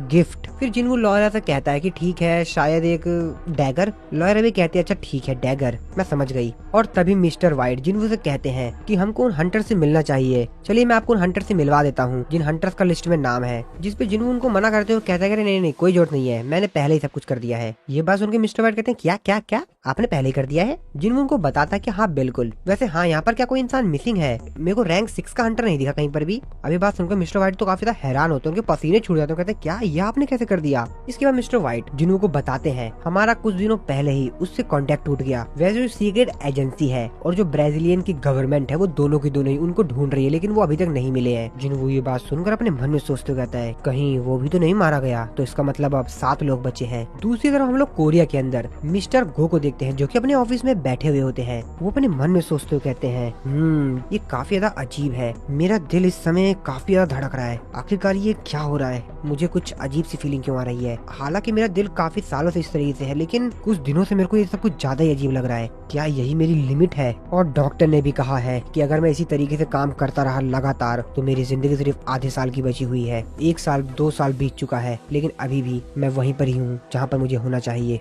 और मैं ज्यादा कुछ भी नहीं कर सकता हूँ क्योंकि शायद यही मेरी लिमिट है। लेकिन फिर भी मेरे को इस चीज के लिए थैंकफुल होना चाहिए क्योंकि इसने मेरे को इतने समय तक बचा के रखा। तभी मिस्टर व्हाइट को उनकी वाइफ का फोन आता है। वो फोन को पिक करते हुए कहते हैं डियर। उनकी वाइफ कहती है कि आज कुछ हुआ तो नहीं ना? जिसपे मिस्टर गोन को रिप्लाई देते हुए कहते हैं कि डियर तुम इतनी ज्यादा चिंता क्यों करती हो? अरे कुछ भी नहीं हुआ, मैं बस आ ही रहा हूँ वापस। और तभी मिस्टर को कुछ अजीब सा सेंस होता है, वो एकदम से अलर्ट हो जाते हैं। तभी वो अपने साइड में देखते हैं, वो कहते हैं कि ये था क्या? ये क्या था? तभी साइड में उसको एक मोनार्च दिखाई देता है। अब इस चीज को देखकर मिस्टर को तो काफी ज्यादा हैरान होते हैं। वो कहते हैं कि आखिरकार ये कैसे हो सकता है? मिस्टर व्हाइट उसकी तरफ देखते हैं और वो मोनार्च एक स्माइल देता है। मिस्टर गो उसको देखते हुए अपने मन में सोच रहे होते हैं मेरे को नहीं लगता कि हम लोगों की पूरी बातचीत हो पाएगी, और मैं इसको सेंस नहीं कर पाया जब ये यहाँ पर आया, और मेरे को नहीं लगता कि मैं अकेला इसको संभाल पाऊंगा। इसके बाद वो मोनार्च मिस्टर गो को बताते हुए कहता है कि मैंने इस जगह को आउटसाइड वर्ल्ड से पहले ही आइसोलेटेड कर दिया है, यानी कि बाहर की दुनिया से हमारा कोई भी कनेक्शन नहीं है, ये प्लेस पूरी तरीके से ब्लॉक हो चुका है। अभी बात सुन के मिस्टर को भी काफी ज्यादा हैरान होते हैं। वो अपने मन में सोचते हुए कहते हैं कि क्या मैं कोई सपना देख रहा हूँ इस समय? और तभी वो मोनार्च उनके ऊपर एक अटैक करता है। अभी इस अटैक को देखकर मिस्टर को भी समझ जाते हैं कि ये कोई सपना नहीं है, उनके कंधे पर जहाँ पर उस मोनार्च ने अटैक किया होता है वो वहाँ पर बर्फ बनना शुरू हो जाता है। तभी वो मोनार्च मिस्टर गो से कहता है कि अगर ये सपना होता तो तुमको क्या लगता है कि तुम इस चीज को फील भी कर पाते। अब इस चीज को देखकर मिस्टर गो कहते हैं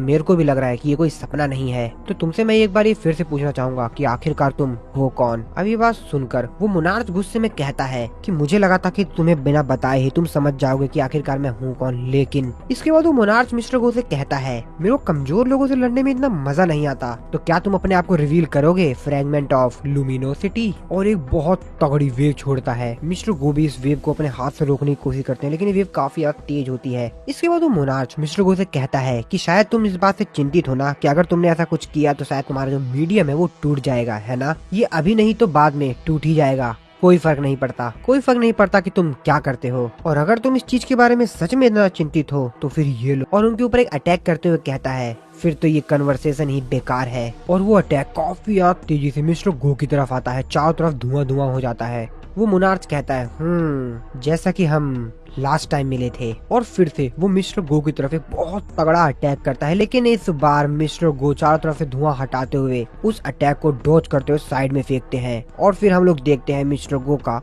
असली रूप, जो कि काफी ज्यादा खतरनाक लग रहे थे क्योंकि वो शायद अपने कुछ नए फॉर्म में आ रहे थे। और अभी अभी जो मोनार्च ने मिस्टर गो के ऊपर अटैक किया था और मिस्टर गो ने अटैक करके डॉज करके साइड में फेंक दिया था, वो अटैक से जो उनके ऑफिस का एक शीशा होता है वो पूरी तरीके से ब्रेक हो जाता है। और फिर मिस्टर गो का असली रूप आता है, the most brilliant fragment of luminosity. Mister गो उस मोनार्च से कहते हैं तुमने मेरे पूरे ऑफिस को आउटसाइड वर्ल्ड से आइसोलेटेड कर दिया है और मेरे को डायमेंशन क्रैक के अंदर ट्रैप कर दिया है। इतना भी बुरा नहीं है। वो मोनार्च मिस्टर गो का रिप्लाई देते हुए कहता है वैसे मैं भी तुमको काफी समय से ढूंढ रहा था। तुम्हें क्या लगता है मैंने जिस मीडियम के अंदर तुमको ट्रैप कर रखा है तुम इसके अंदर होने के बावजूद भी अपनी ट्रू पावर का इस्तेमाल कर पाओगे? मुझे नहीं लगता। और वैसे भी हमने जो तुम्हारे बाकी 7 फ्रैगमेंट है उनकी लोकेशन ऑलरेडी ही पता लगा ली है और उनमें से 2 को तो हमने कब का खत्म कर दिया है। और बस मैं तुम्हारे चेहरे पर वो एम्बेरसमेंट देखना चाहता हूँ तुमको मारने से पहले, और अब मैंने वो देख लिया है और अब मैं तुमको बिना किसी रिग्रेट के डिस्ट्रॉय कर दूंगा। ये बात सुन के मिस्टर को काफी ज्यादा तेजी से चिल्लाते हुए उससे कहते हैं तो फिर ट्राई कर लो मोनार्च ऑफ फ्रोस्ट। ये बात सुनकर मोनार्च ऑफ फ्रोस्ट कहता है ओ तो तुमने फाइट को चॉइस किया है, कितने ज्यादा बेवकूफ हो तुम जिसने कि इंसान की बॉडी को उधार लिया है और दूसरी तरफ मैं जिसने उस पर पूरी तरीके से जीत हासिल कर ली है। तुमको क्या सच में लगता है कि तुम मेरे ऊपर एक अटैक भी कर पाओगे? और अगर तुमको इतना ही लगता है, तुम इतने ही जोश में हो, तो चलो फिर लड़ाई करते हैं। और फिर वो भी अपने असली फॉर्म में आ जाता है और तैयार होता है मिस्टर गो से फाइट करने के लिए। वो चारों तरफ बर्फ उगाकर मिस्टर गो के ऊपर अटैक करता है, लेकिन मिस्टर गो उसके अटैक से बच जाते हैं और अपनी पावर का इस्तेमाल करके उसके सारे जो उसने बर्फ बनाए हुए होते हैं उसको तोड़ते हुए उसके पास जाते हुए उसके ऊपर एक अटैक करते हैं। लेकिन वो मिस्टर गो के इस अटैक से बड़े ही आसानी से बच जाता है और फिर वो मिस्टर गो के ऊपर अटैक करता है। हालांकि मिस्टर गो इसके अटैक को पूरी तरीके से ब्रेक कर देते हैं और फिर से वो मिस्टर गो के ऊपर अटैक करता है। लेकिन मिस्टर गो भी कमजोर खिलाड़ी नहीं थे, वो भी उसके सारे अटैक्स को डॉज कर रहे होते हैं और उसको अच्छी ही टक्कर दे रहे होते हैं। और फिर से इन दोनों के बीच एक भयंकर सी फाइट शुरू हो जाती है। मोनार्च ऑफ फ्रोस्ट भी अपने फुल पावर का इस्तेमाल कर रहा और इस तरफ मिस्टर गो भी उसके सारे अटैक्स से बच रहे होते हैं और उसके सारे अटैक को डिस्ट्रॉय कर उसके ऊपर फुल अटैक कर रहे होते हैं। और इन लोगों की फाइट एकदम पीक पर होती है। दोनों एक दूसरे को काफी भयंकर टक्कर दे रहे होते हैं। मिस्टर गो अपने मन में सोचते हुए कहते हैं कि मेरे को ये खत्म ही करना होगा, नहीं, मेरे को ये अब खत्म ही करना होगा। और ये बहुत तगड़ा अटैक बनाकर उसके ऊपर अटैक करने के लिए जाते हैं और मोनार्च ऑफ फ्रोस्ट थोड़ा सा पीछे चला जाता है। मिस्टर गो अपने मन में सोचते हुए कहते हैं कि क्या यही मेरी लिमिट है? मोनार्च ऑफ फ्रोस्ट मिस्टर गो की तरफ स्माइल करते हुए कहता है कि ऐसा लगता है कि तुम अपनी लिमिट पर पहुंच चुके हो, यही तुम्हारी लिमिट है। बहुत बेकार फ्रैगमेंट ऑफ लुमिनोसिटी। और फिर तभी मोनार्च ऑफ फ्रोस्ट वहाँ से एकदम से गायब हो जाता है। इस चीज को देखकर तो मिस्टर गो भी काफी ज्यादा हैरान होते हैं, कहाँ गया। और तभी वो एकदम से उनके करीब आ जाता है और उनके ऊपर एक अटैक करता है। और ये अटैक काफी ज्यादा खतरनाक था क्योंकि उसने मिस्टर गो के सीने में ही अपनी पावर का इस्तेमाल करके एक बर्फ उनके सीने में डाल दी थी और उनके सीने के आर पार कर दिया था और वो काफी ज्यादा घायल हो गए होते हैं, उनके मुंह से भी खून आने लग जाता है। मोनार्च ऑफ फ्रोस्ट मिस्टर गो से कहता है मैं काफी ज्यादा हैरान हूँ, मैं ये सोच के काफी ज्यादा हैरान हूँ कि आखिरकार तुमको कितना समय लगेगा एक नई बॉडी ढूंढने में, 1 साल 2 साल, लेकिन तुम्हारे लिए तो बहुत ज्यादा बदकिस्मती की बात है क्योंकि मेरी फोर्स ऑलरेडी यहाँ पहुँच चुकी है और मैं इस दुनिया को तुम्हारे वापस जाने से पहले ही डिस्ट्रॉय कर दूंगा। और तुम्हारी गलती जानते हो क्या था? इस दुनिया को बचाना, इस दुनिया को प्रोटेक्ट करने की कोशिश करना ही तुम्हारी गलती थी। और क्या तुमको सच में लगता है बिना तुम्हारे गार्ड के तुम मेरे को हरा भी सकते हो। ये बात सुनकर मिस्टर गो एक स्माइल देते हैं और कहते हैं और उसने जो मिस्टर गो के सीने के अंदर जो अपनी बर्फ की स्वॉर्ड डाली हुई होती है उसको पकड़ते हुए मिस्टर गो कहते हैं कि तुम्हें क्या लगता है, क्या सच में मैं तुमसे फाइट करूंगा बिना किसी रीजन के? और जैसा कि हम लोग ये प्रिडिक्ट नहीं कर सकते थे कि तुम कहाँ पर हो और तुमको फॉलो भी नहीं कर सकते थे, लेकिन एक बहुत इम्पोर्टेंट चीज जो कि तुम भूल गए। ये बात सुन के मोनार्च ऑफ फ्रॉस्ट कहता है क्या कुछ भूल गया मतलब? और तभी मिस्टर गो भी अपनी आखिरी जो बची हुई पावर होती है उसको इस्तेमाल करते हैं। अब ये चीज को देखकर मोनार्च ऑफ फ्रॉस्ट भी काफी ज्यादा हैरान होता है। वो कहता है कि अब ये मत कहना कि हम जिस इम्पोर्टेंट चीज के बारे में बात कर रहे थे वो यही है। मिस्टर गो कहते हैं हाँ बिल्कुल सही कहा। और तभी हम लोग मिस्टर गो के साइड में जो शीशा लगा हुआ होता है उसको हम देखते हैं जो कि क्रैक हो रहा होता है। अब इस चीज को देखकर मोनार्च ऑफ फ्रॉस्ट भी काफी ज्यादा हैरान होता है कि आखिरकार ये क्या हो रहा है। और तभी पूरी तरीके से क्रैक हो जाता है और अब इस चीज को देखकर वो काफी ज्यादा हैरान होता है। वो कहता है कि सिर्फ इस चीज के लिए मेरे को लगता है कि अगर ये चीज काम भी करेगी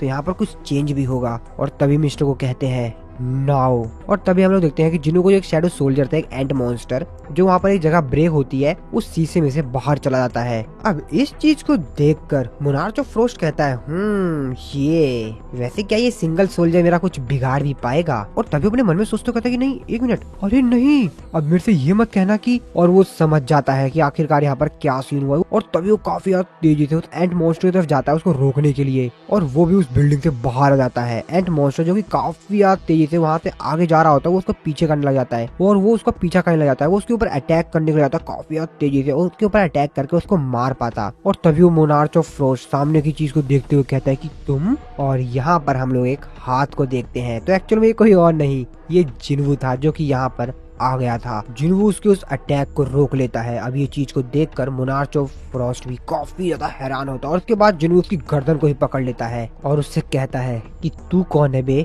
एक आइस एल्फ। और फिर इसी सीन के साथ हमारा ये वाला जो एपिसोड है गाइस वो खत्म हो जाता है। और अब जिन्वू इसको इसकी औकात दिखाएगा, वो तो हम लोग देखेंगे अगले एपिसोड में किसके साथ क्या सीन होगा। और बाकी हाँ ये हमारे इस सीजन का एंड है। नेक्स्ट सीजन में हम लोग देखेंगे कि जिन्वू इसके साथ क्या करता है और आगे जिन्वू के साथ क्या क्या होगा। तो दोस्तों वीडियो अच्छी लगे तो वीडियो को लाइक जरूर से कर दीजिएगा और नेक्स्ट वीडियो मैं ट्राई करूंगा यार थोड़ा जल्दी ले आ पाऊँ। बाकी हाँ इस वीडियो में इतना ही। चैनल पे नए हो तो सब्सक्राइब कर लेना अगले एपिसोड को देखने के लिए। तो मिलता हूँ मैं आपको अपनी नेक्स्ट वीडियो में।